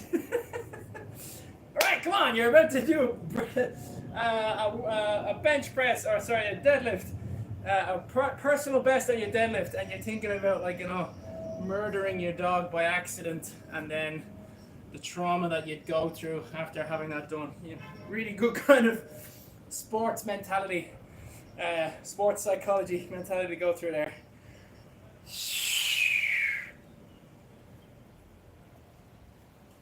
Although, on that subject matter, there is something that I do think about to do with the dog being hurt while I'm running, and it's if I'm kind of losing my energy.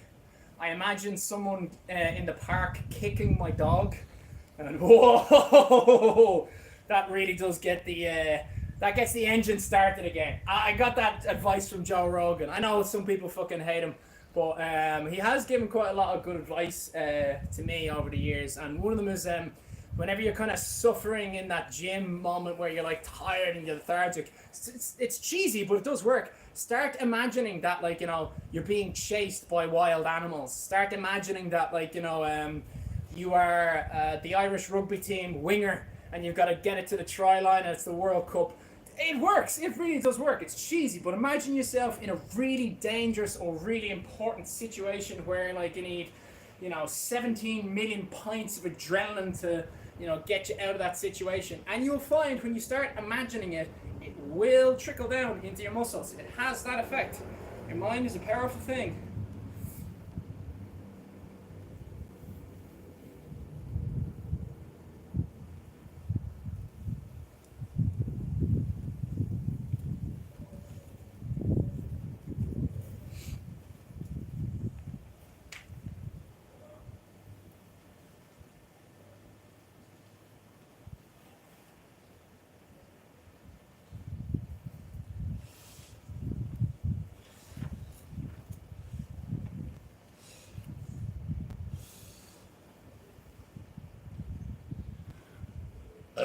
Excuse me.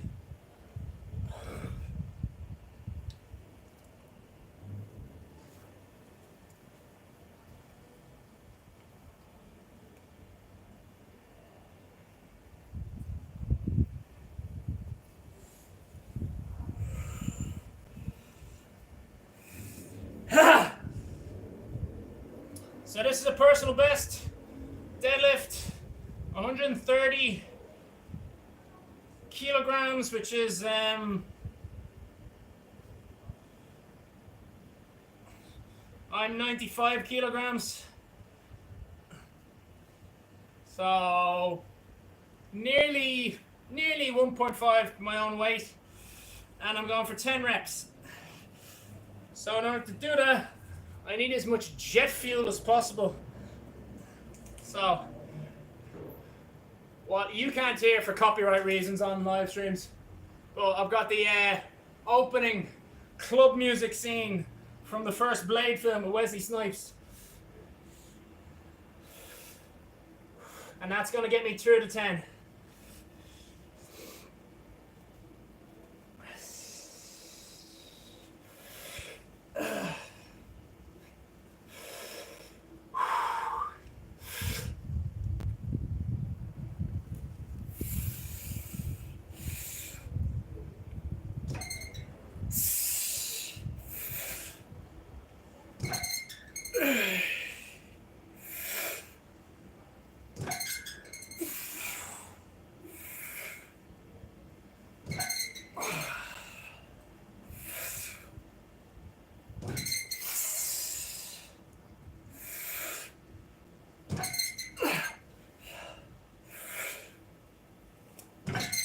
Nice.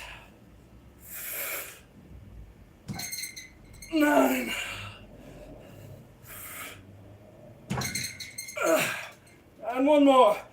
cancer to fuck off. Ugh. Oh. Lightweight.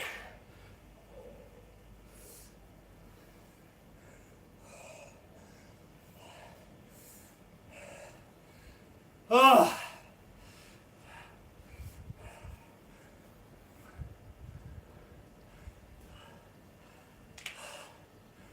That's how you flush the chemotherapy out.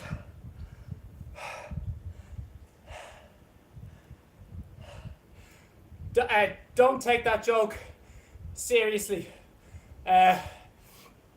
While exercise during chemotherapy is definitely a good thing to do, you shouldn't be lifting for personal bests, and you shouldn't be going to failure on any exercises.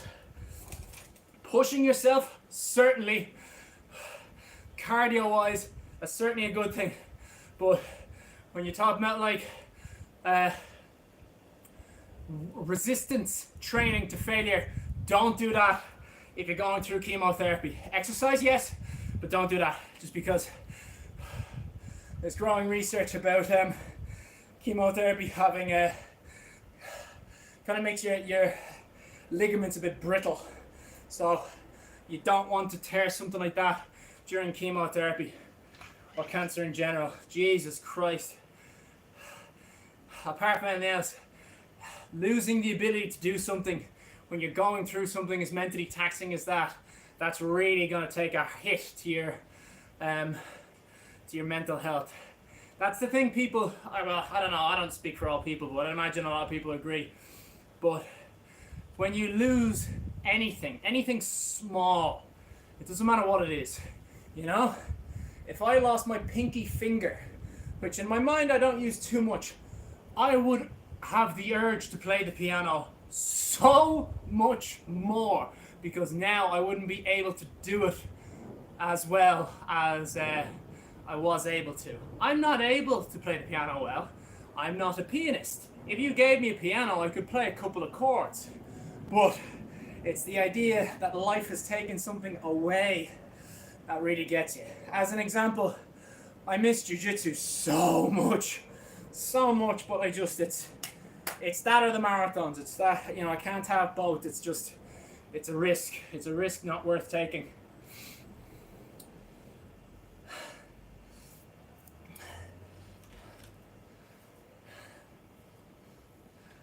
And actually, I suppose that's not actually the same thing. Thinking about it, that's a bad example. That's a self-sacrifice that I'm making to myself. If I chose to, I could go and start doing jiu-jitsu again. So that's a choice. That's not the same. I think at the moment, how I'm feeling with how irritated I am that I'm not able to run. That's that sort of feeling that I'm talking about. That feeling of I have this knee problem at the moment, which, you know, is very interesting to see after I hit a personal best for a deadlift. But running is hard on the knee. Such is life. But yeah, the inability to run is really, really frustrating to me. It really does sort of, like, I'm so glad that I have all this this gear, and that I've been given not only the all clear, but the advice from my physio that lifting weight is good for the knee treatment. So on that subject matter, actually, Fit Shop UK donated all this gear to me about a year ago, and they have an ongoing code. I don't have a sponsorship with them anymore, but like, they really did. This is great kit. This really is a lot of brilliant kit. And if you use the code KING10, you get 10% off. And it really is, like, you know, there's a reason I'm out here, you know, 4 times a week. It's the best. It's just really amazing stuff to have in your own back garden. You can have days like today where it's like, I don't know, how long is this live stream going on for? Have a check here. 2 hours, 20 minutes. Now, right now, I'm chit-chatting with you. And this is the kind of thing that me and my mates used to do when we were, you know, teenagers in our 20s. We'd go to the gym and we'd, like, just hang around in it for hours. We wouldn't be kind of like, you know, go, go, go, go, go. We'd do a set, sit down, you know, fiddle around on what was it, Tinder, you know. I'm going like, oh my God, check out her, I match with her, Jesus Christ, what should I say to her? All that sort of shite. And we just sit there for ages and just take our time. And there's gyms that you can do that in. You can certainly do that in, but I think there's a particular comfort of doing it in your own home. So I'd highly advise getting your own home gym gear. Also, once that's bought, you don't have to keep paying for it. So it's cheaper by a mile than a gym membership. Because at the end of a gym membership is you're like, you know, how am I using this? How am I using the gear? It's a waste of time. I'm going to end my membership and stop wasting, you know, the 30 quid a month sort of thing. Fair enough. That's all right. If you're not using it, it's a waste of money. I agree. I would encourage you to use your gym. But if you're not using it, yeah, it's money down the tube. But let's use that same situation with your outdoor gym equipment that you bought for, let's just say 300 quid. Okay? You bought it for 300 quid. You're not using it. You've come to the fact that you're never going to use it and you just want to get rid of it. It's taking up space. It's getting rusty. It's not nice in your garden. You want to get rid of it. You put it on Facebook Marketplace and then someone buys it off you for, you know, 100 quid if you want to get rid of it fast. Depends on what the condition is, but you get money back. You don't get that from a gym. Excuse me. You do not get that from going to a gym. So, I'm selling it because it's advice. I am no longer contractually obliged with Fit Shop UK. I'm not. It's just I want to be living in a world where there's more people that are healthy. It's just better for everyone. People are going to be happier. People are not going to be angry with each other as much. You think like, you know, oh, everyone's going to be big and strong. There'd be more violence. There wouldn't. There'd be less because, you know, people who are violent, the young men who are violent often have this pent up anger. And you go to a gym, you get rid of it. Anyway, enough talk. So that's done. Let's write that down. Write down that glorious amount of improvement. 120 kilos up to 135, and that could have gone up to 140. I reckon I did 11 repetitions. So let's do the calculation. This is not an accurate calculation. I'll just tell you right now. This is not an accurate calculation of what my 1 rep max is. But let's see what the computer says. Okay, it says my 1 rep max is 184.5 kilos, which is good. I wanna be able to get that up to over 200 by my birthday, which is the 21st of June, which is gonna be awkward because the 6 days that precede the 21st of June, I'm gonna be cycling around Ireland for the Doddy Weirden charity challenge, and before that, it's my best friend's wedding, which I'll be away on the Saturday, the 7th of June. So it's gonna be hard. It's gonna be very hard to try and sneak some workouts in there to like keep the strength up. I definitely, if I'm able to get 2 workouts in that period of time, I will keep my strength. I won't improve, but I'll keep my strength. So if I can find like, you know, a good heavy kettlebell or something, I reckon I'll be all right. But yeah, that's all I give a shit about. I want to keep the strength. It's an unrealistic goal to say that I'd improve it. Hopefully, there'll be a gymnasium in the hotel that we're staying in for the wedding, because there's a fair few days, like I'm the best man, so there's a fair few days where we're just going to be doing like organizational stuff, so I'll have like, you know, loads of time to go off and do my own thing. Maybe I'll just pistol squats might be a good option, you know.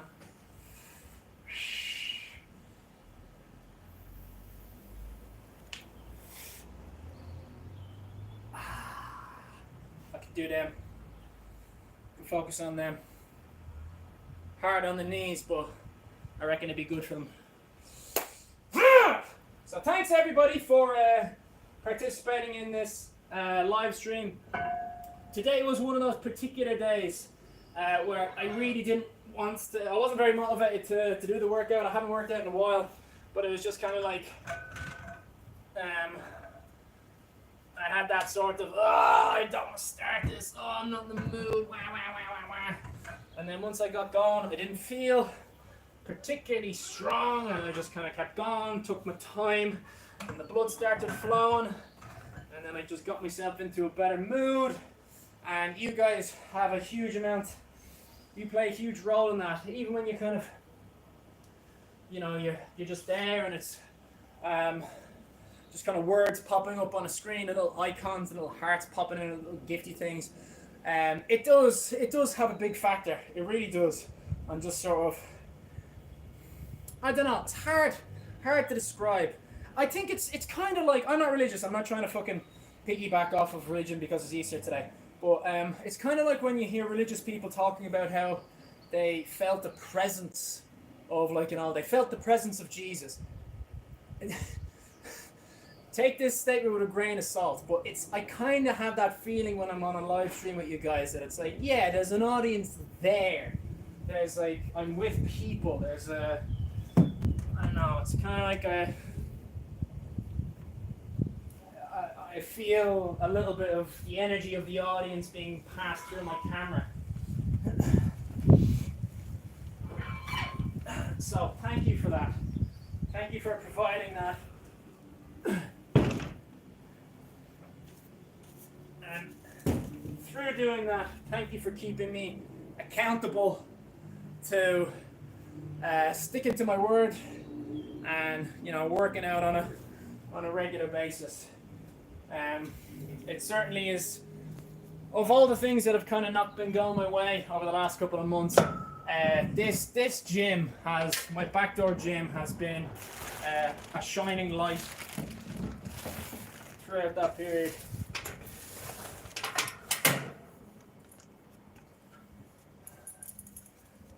An old friend of mine, he had a great phrase. I suppose you could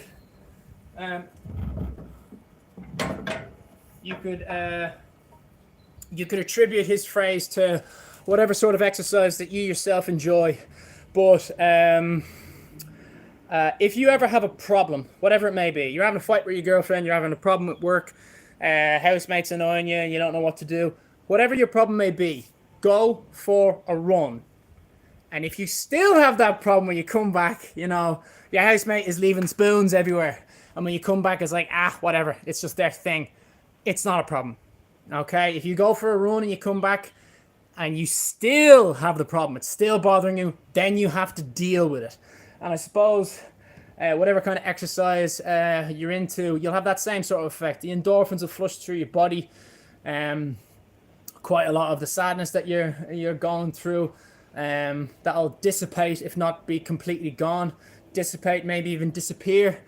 So, yeah, never doubt the power of just pushing your body, just making your body sweat. Never doubt the power of what that can do to your mood. So, thank you all very much for helping keep me out of those shitty moods since November, really. So yeah, thank you all, guys, and I'll see you again soon. I'll see you tomorrow.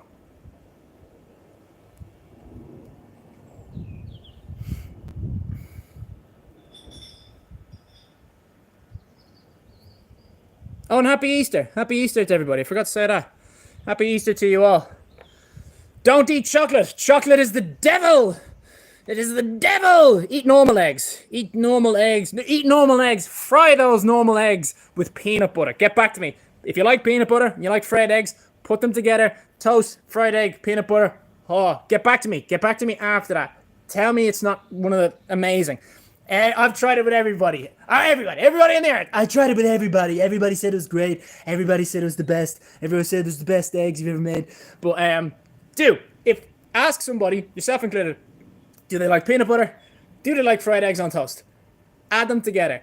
Everyone who I've ever introduced it to was like, ugh, that sounds weird. I don't want to try that. And then they try to be like, Okay, we got something going on here, I say.